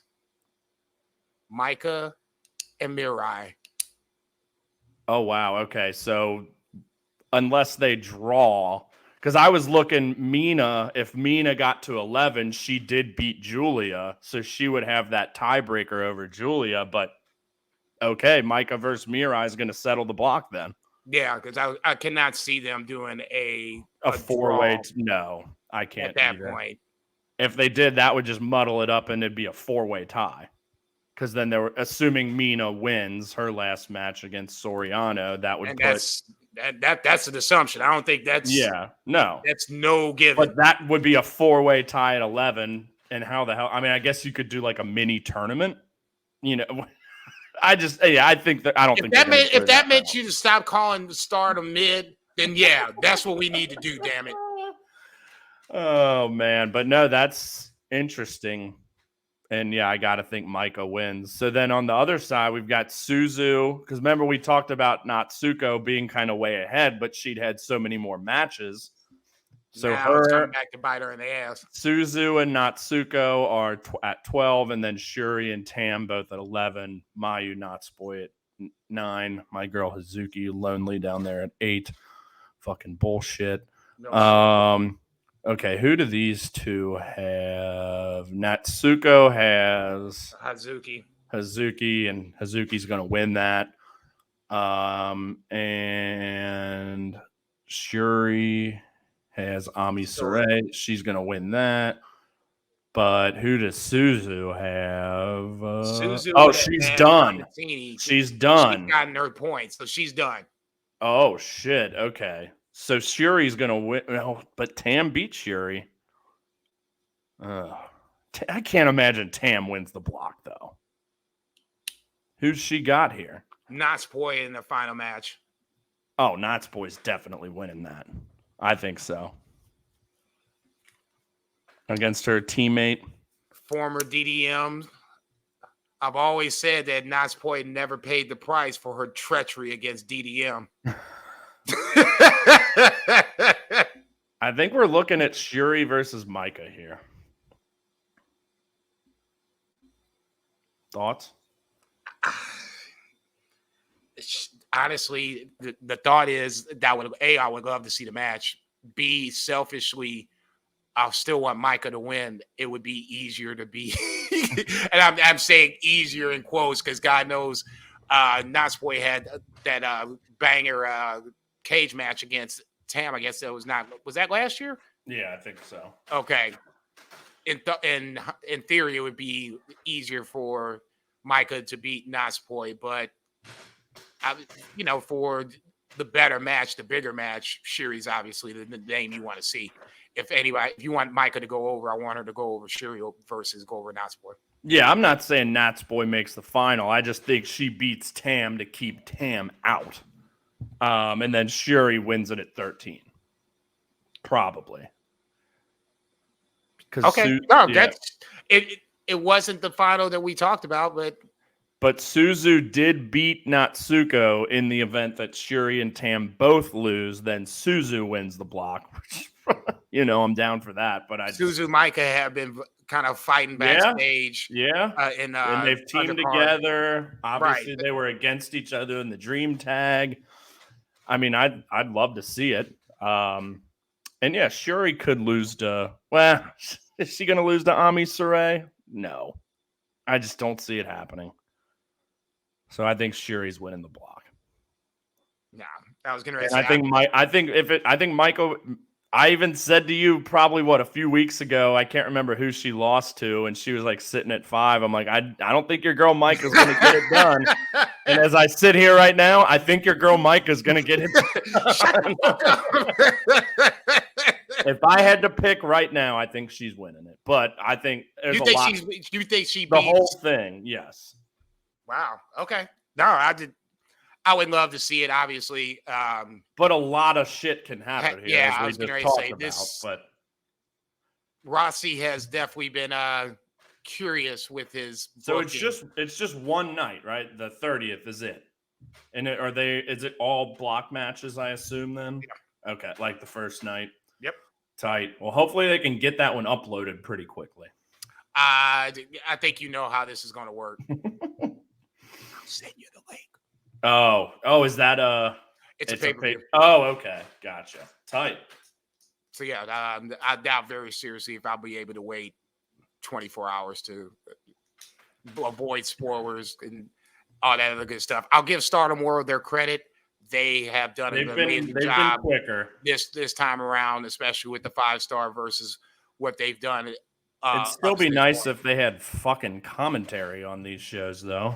But I'm trying to win the lottery, motherfuckers. I mean, that would be the next step. I'll just I can't take over Stardom, but I'll have, hopefully I can pay somebody to do their commentary. All right, my friend, you are up. It is time for you to earn your money. It is DDT time. Like I said, this is your baby, not mine. I watch it, but I can't really talk about it as intelligently as you can. So I will let you do. Well, and as I've said, I haven't really followed or watched as much DDT this year as I did last. But, I still peek in when there's stuff of interest. And I've been loving the run Chris Brooks is on.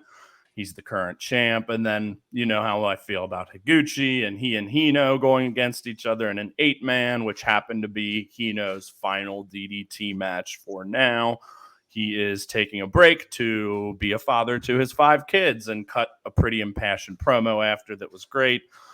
Obviously, Matt Cardona versus Maki Ito I thought would be of some level of interest to you. And then having Takeshita versus his former stablemate Mao. But let's just start with the 8-man. So I did hear ahead of time that Hino was going to be kind of stepping away. He was a guy I hadn't seen a ton of prior to last year. And then obviously he had the 30-minute draw with Higuchi last year and then the amazing title match this year where he, I thought very surprisingly, won the belt, which was one of my 5-star matches. Guy is just hilarious. He's a bowling ball. Tons of charisma. Crowd loves him. It was Jun Akiyama and Tetsuya Endo, Higuchi and Yukio Naya defeating the team of Hino, Makoto Oishi, Harashima, and Yukio Sakaguchi. But the story here and why I wanted to watch was for the Hino Higuchi segment when they just chopped the fuck out of each other for about 5 minutes straight, as they do. Both men's chests were actively bleeding. They started headbutting each other at one point. Just incredible stuff anytime those two motherfuckers get in the ring. And you could tell they were having a good time. Like they're shaking hands afterwards. Like, so kids are okay? Yeah. Kids are great. I told you to about. Bring the pain, stand there and take it, and then dish it out. And just, again, like I said, I could watch those two guys in a ring together every day. And this was when Hino took off his shirt. That's when I was like, okay. Now he had Oishi pull it off for him. And I was like, all right, this is what we came to see, Pete. All right, let's do this shit. Somebody's getting ready to get fucked up.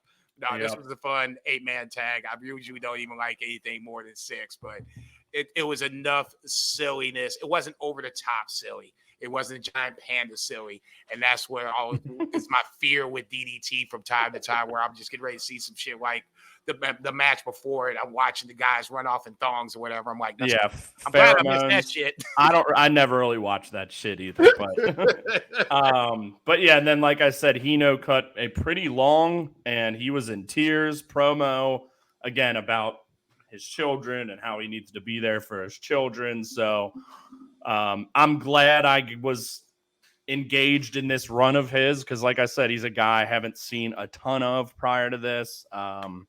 I did go back. I've already watched Avis shit, but by the time he was done, I was like, damn, that's what it sucks for us as fans.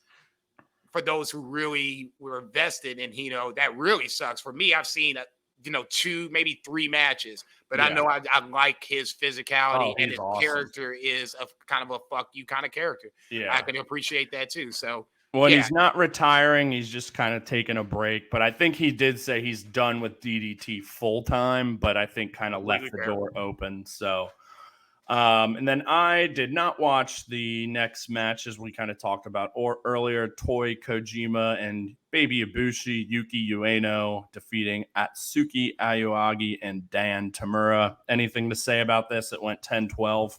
I gave it 3.75. I gave both the first 2 matches, 3.75. Just solid match. Just always kind of, especially with Aogi.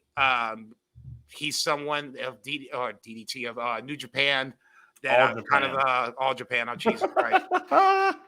It's been 2 hours already. Yeah, 2:14. Yeah, exactly.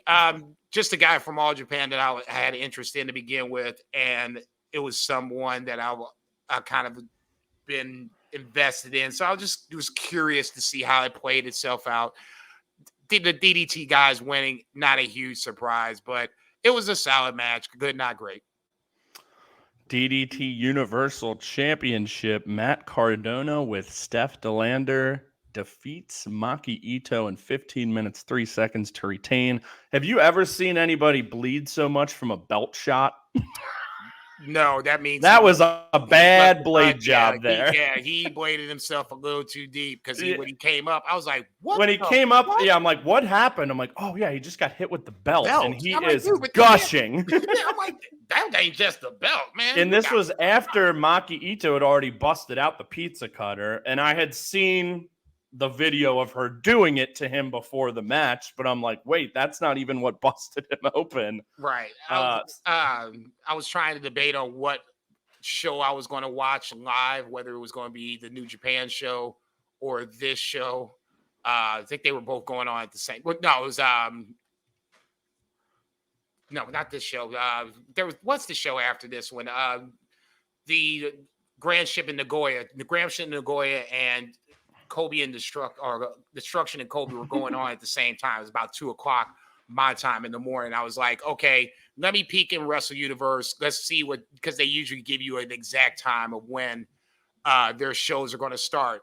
So I go over to Wrestle Universe, and all I see is Matt Cardona. This is before I even watched the match. Yeah, because this show actually, it was like an afternoon show in Japan. So it was on at like 11 p.m. Eastern time, I think. It was like, so it started like 9 here. So I'm getting home after work, and all I see is Matt Cardona just crimson mask and Maki Ito with pizza cutter in hand. I'm like, oh, shit. Yeah. Okay, note to self, we're going to have to watch this motherfucker at some point. So even before you said you wanted to watch it, I had this in the back of my mind. I wanted to watch this shit. So that was my introduction to it. This was just simple. It was entertaining. Yeah. It was a mess. I mean, Cardona and DeLander might as well be part of Bullet Club War Dogs, with as much as they say fuck you in the middle. I mean, how many times did he say fuck you to the crowd? Okay, but what stood out is, what did he fired off the WWE line, like always, forever together or whatever, and then he's like, call me Vince. Did you catch that as well? I didn't catch the call, but he did say the line twice. Yeah, and I caught it like the second time. The first time he said, I was like, "Damn, is that the WWE tagline?" But I guess I was tripping off the fact that he said it, that I missed the part where he said, "Call me Vince." But I mean, shit, he ain't stupid. His wife over there, man. That's where that big money is. Ask Jay Cargill. Yeah. But no, the match was fun. You know, Maki Ito's awesome. The crowd was loving her.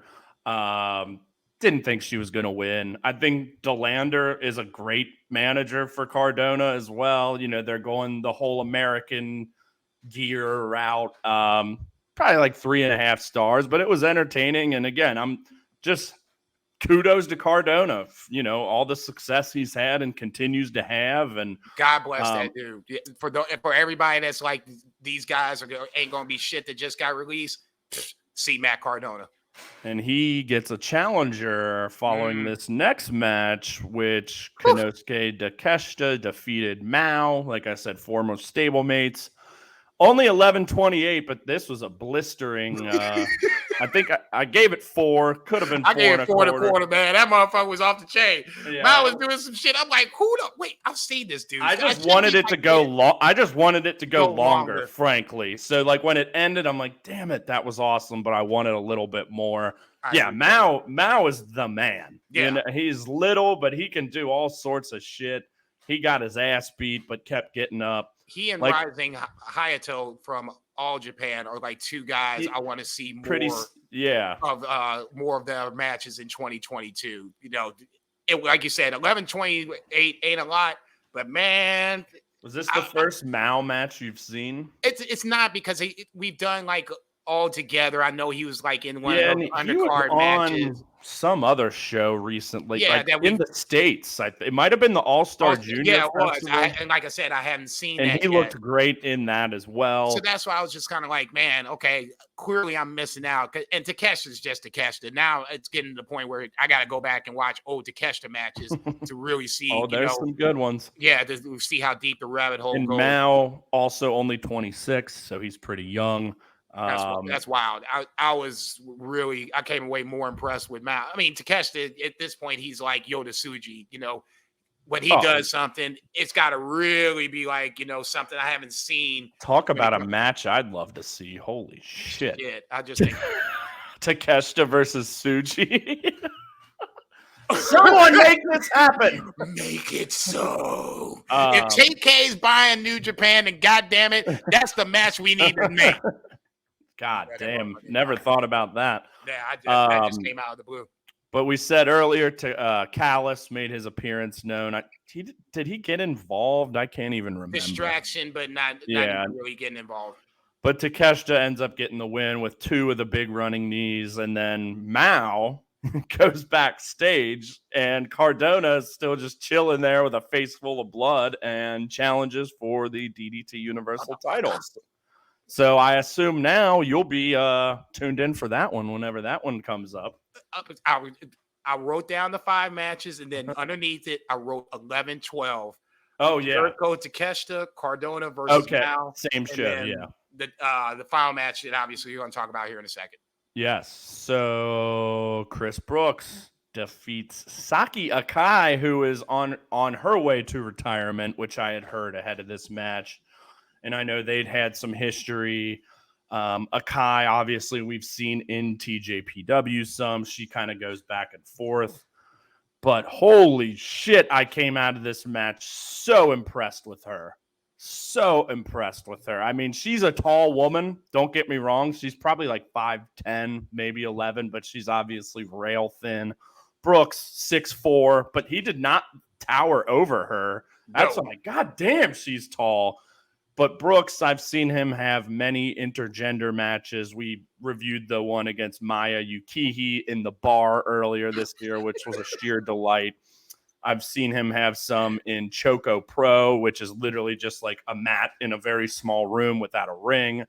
So the guy's got a ton of experience with intergender wrestling, but Saki Akai, despite losing, came out looking great, and it's a shame she's retiring. I haven't seen a ton of her, but I've always really enjoyed her. More about her than it was about him in this case. Yeah, but never this much. I mean, she was getting her ass beat, and that's what's unique about these intergender. It's like Brooks is obviously like more than twice her size, and just was not throwing her the fuck around. Like the huge power finish. I was like, okay, all right, that's it. And like the commentary was saying it before I was like, Yeah. This looks about where we're done here. He kicked out of his move. I can't remember what it's called, but it's basically like the C4 spike that the double underhook kind of pile driver. And man, on that second one, he fucking lifted her up. Oh yeah, so that's why I was just like, and this is still going. Oh shit. Okay, what'd you give it star wise? 4.5. I almost went up to 4.75, but I'm like, all right. I was thinking 4.5. But I was dialed the fuck in. You know, I love Chris Brooks. I thought he was excellent here as well. And pretty much the heel role. I mean, he wasn't really being super heelish, but I'm just, again, throwing her around, asserting his size and dominance, and was just in control the whole match. But man, Akai, like I said, couldn't put her away, kept getting up despite getting just fucking throttled the whole time. And she's got those kicks, man. She was landing in some of those. Yeah, this was a blast. It felt longer than 21 minutes, but that's not a negative. Like they just packed a lot of shit into this, and it was just very emotional given Akai's upcoming retirement as well. But yeah, I thought this was wonderful and just another feather in the cap of Chris Brooks this year, who, like I said, is having an incredible year. I had a 5-star match with he and Higuchi, the final of the King of DDT tournament. I went 4.75 on his match against Hino when he won the belt. Another very, very emotional. We talked about that video ahead of that really kind of told the story of Chris Brooks in kind of a sympathetic light. And then his last defense, I never know how to pronounce this guy's name. It's like Shigehiro Irie, whatever. Another guy, like I see his name all the time, but I think that's maybe the second match of his I've seen, and it was a banger. I went 4.5 on that as well. So Chris Brooks on a fucking hell of a run and really enjoying it here. And like I said, hats off to Saki Akai, who was just tremendous here. But yeah, what'd you think? Yeah, Saki Akai, Yuki Arai were the International Princess of Princes tag title. That's kind of when I first saw her. It was that big Summer Sun Princess of last year's show, which was my first TJP dub. And yeah, I really liked her then as well. This was the first time I think I've seen her singles wise, and she was standing toe to toe, literally and figuratively, with Chris Brooks pretty much the whole way up until the finish. This is just one of those times where, I just wish that I would have, known about her sooner and seen, yeah, me too. To where, I could have really, really appreciate the magnitude, I guess, for lack of a better term.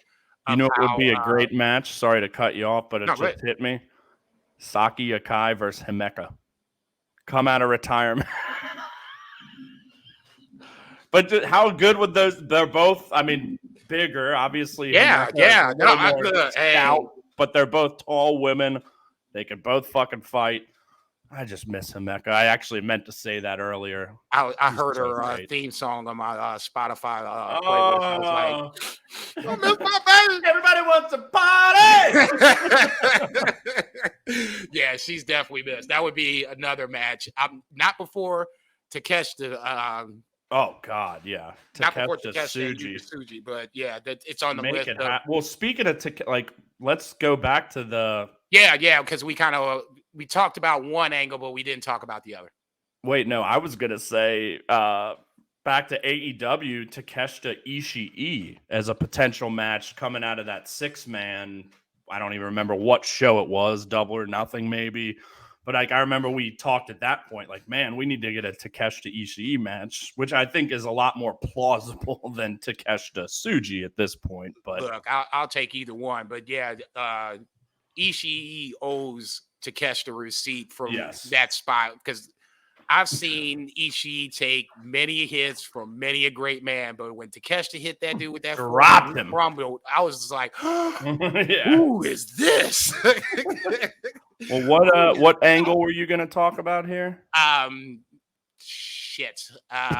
Jericho making his DDT, I guess, debut. I guess that'll be on that 11-12 show. He comes I guess I'm not even a guess, but pre-recorded message for Takeshita after the win, basically saying that he's coming after Takeshita. He's coming over to Japan to do it. He's one of the best to do it. And now to me, this feels like, I know we did Alpha versus Omega when it was Kenny Omega versus Alpha versus Alpha in this. Let's scenario. get Eddie Thorpe in here and we can have a triple threat of the Alphas, because isn't he's doing that Alpha thing too. Eddie Thorpe don't want none of this, especially when it comes to I enjoyed that strap match against Dijak. I don't know if you watched it. I watched it. I thought it was good. I went 3-7-5, but it's just I'm happy Carl Fredericks has found his spot. Yeah, because I want him to get a chance. He kind of was the one left out of all of this. He's with this whole group of Connors, all these guys came up together. So I'm just happy that he has found a spot there and is doing pretty well. And obviously, it's a completely new look and character. And but yeah, just happy because I always liked Carl Fredericks and thought he was very talented. So I agree. All right, I don't really have anything else. I think that covers the DD part. A robust 2.5 hours here. Yeah, I think that should cover this for the last 2 weeks. So obviously things coming up. We talked about Stardom, the final night of 5-star. That's the 30th. I'd imagine we'll probably record next after the next Is it Destruction in Ryogoku? Is that what on the 9th, October whatever 9th? I was getting ready to say whatever that 10-9 show is. That feels like a nice circle date to record. We'll have that. Those two things to talk about for sure. Obviously, we'll talk about any news about Nakajima and any potential landing spots. Or no, that's the end of October. So. Yeah, but maybe we know something between now and then. Think that's going. Yeah, DDT is going to be off. Wrestle Princess is, I believe, in that 2-week span. Okay. Where I haven't really seen any TJP dub in a while, but I'll definitely watch it. I feel like they haven't had like a big show. They haven't had a big show in a while. It's been. So what's the headliner for that? It's Mizuki versus Yamashita for the title. Sign me up.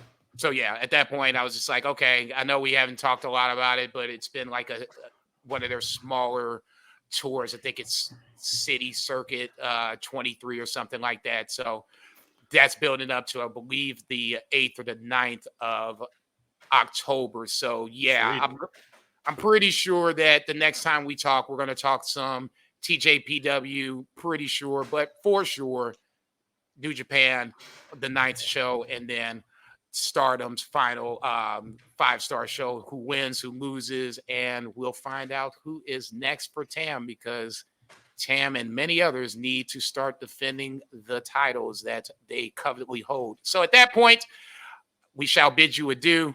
For one big sexy Brett Jager, I'm your humble host, JCB, Jason Cornelius Bell. We'll see you next time on the Phoenix Splash podcast. See you. Holla.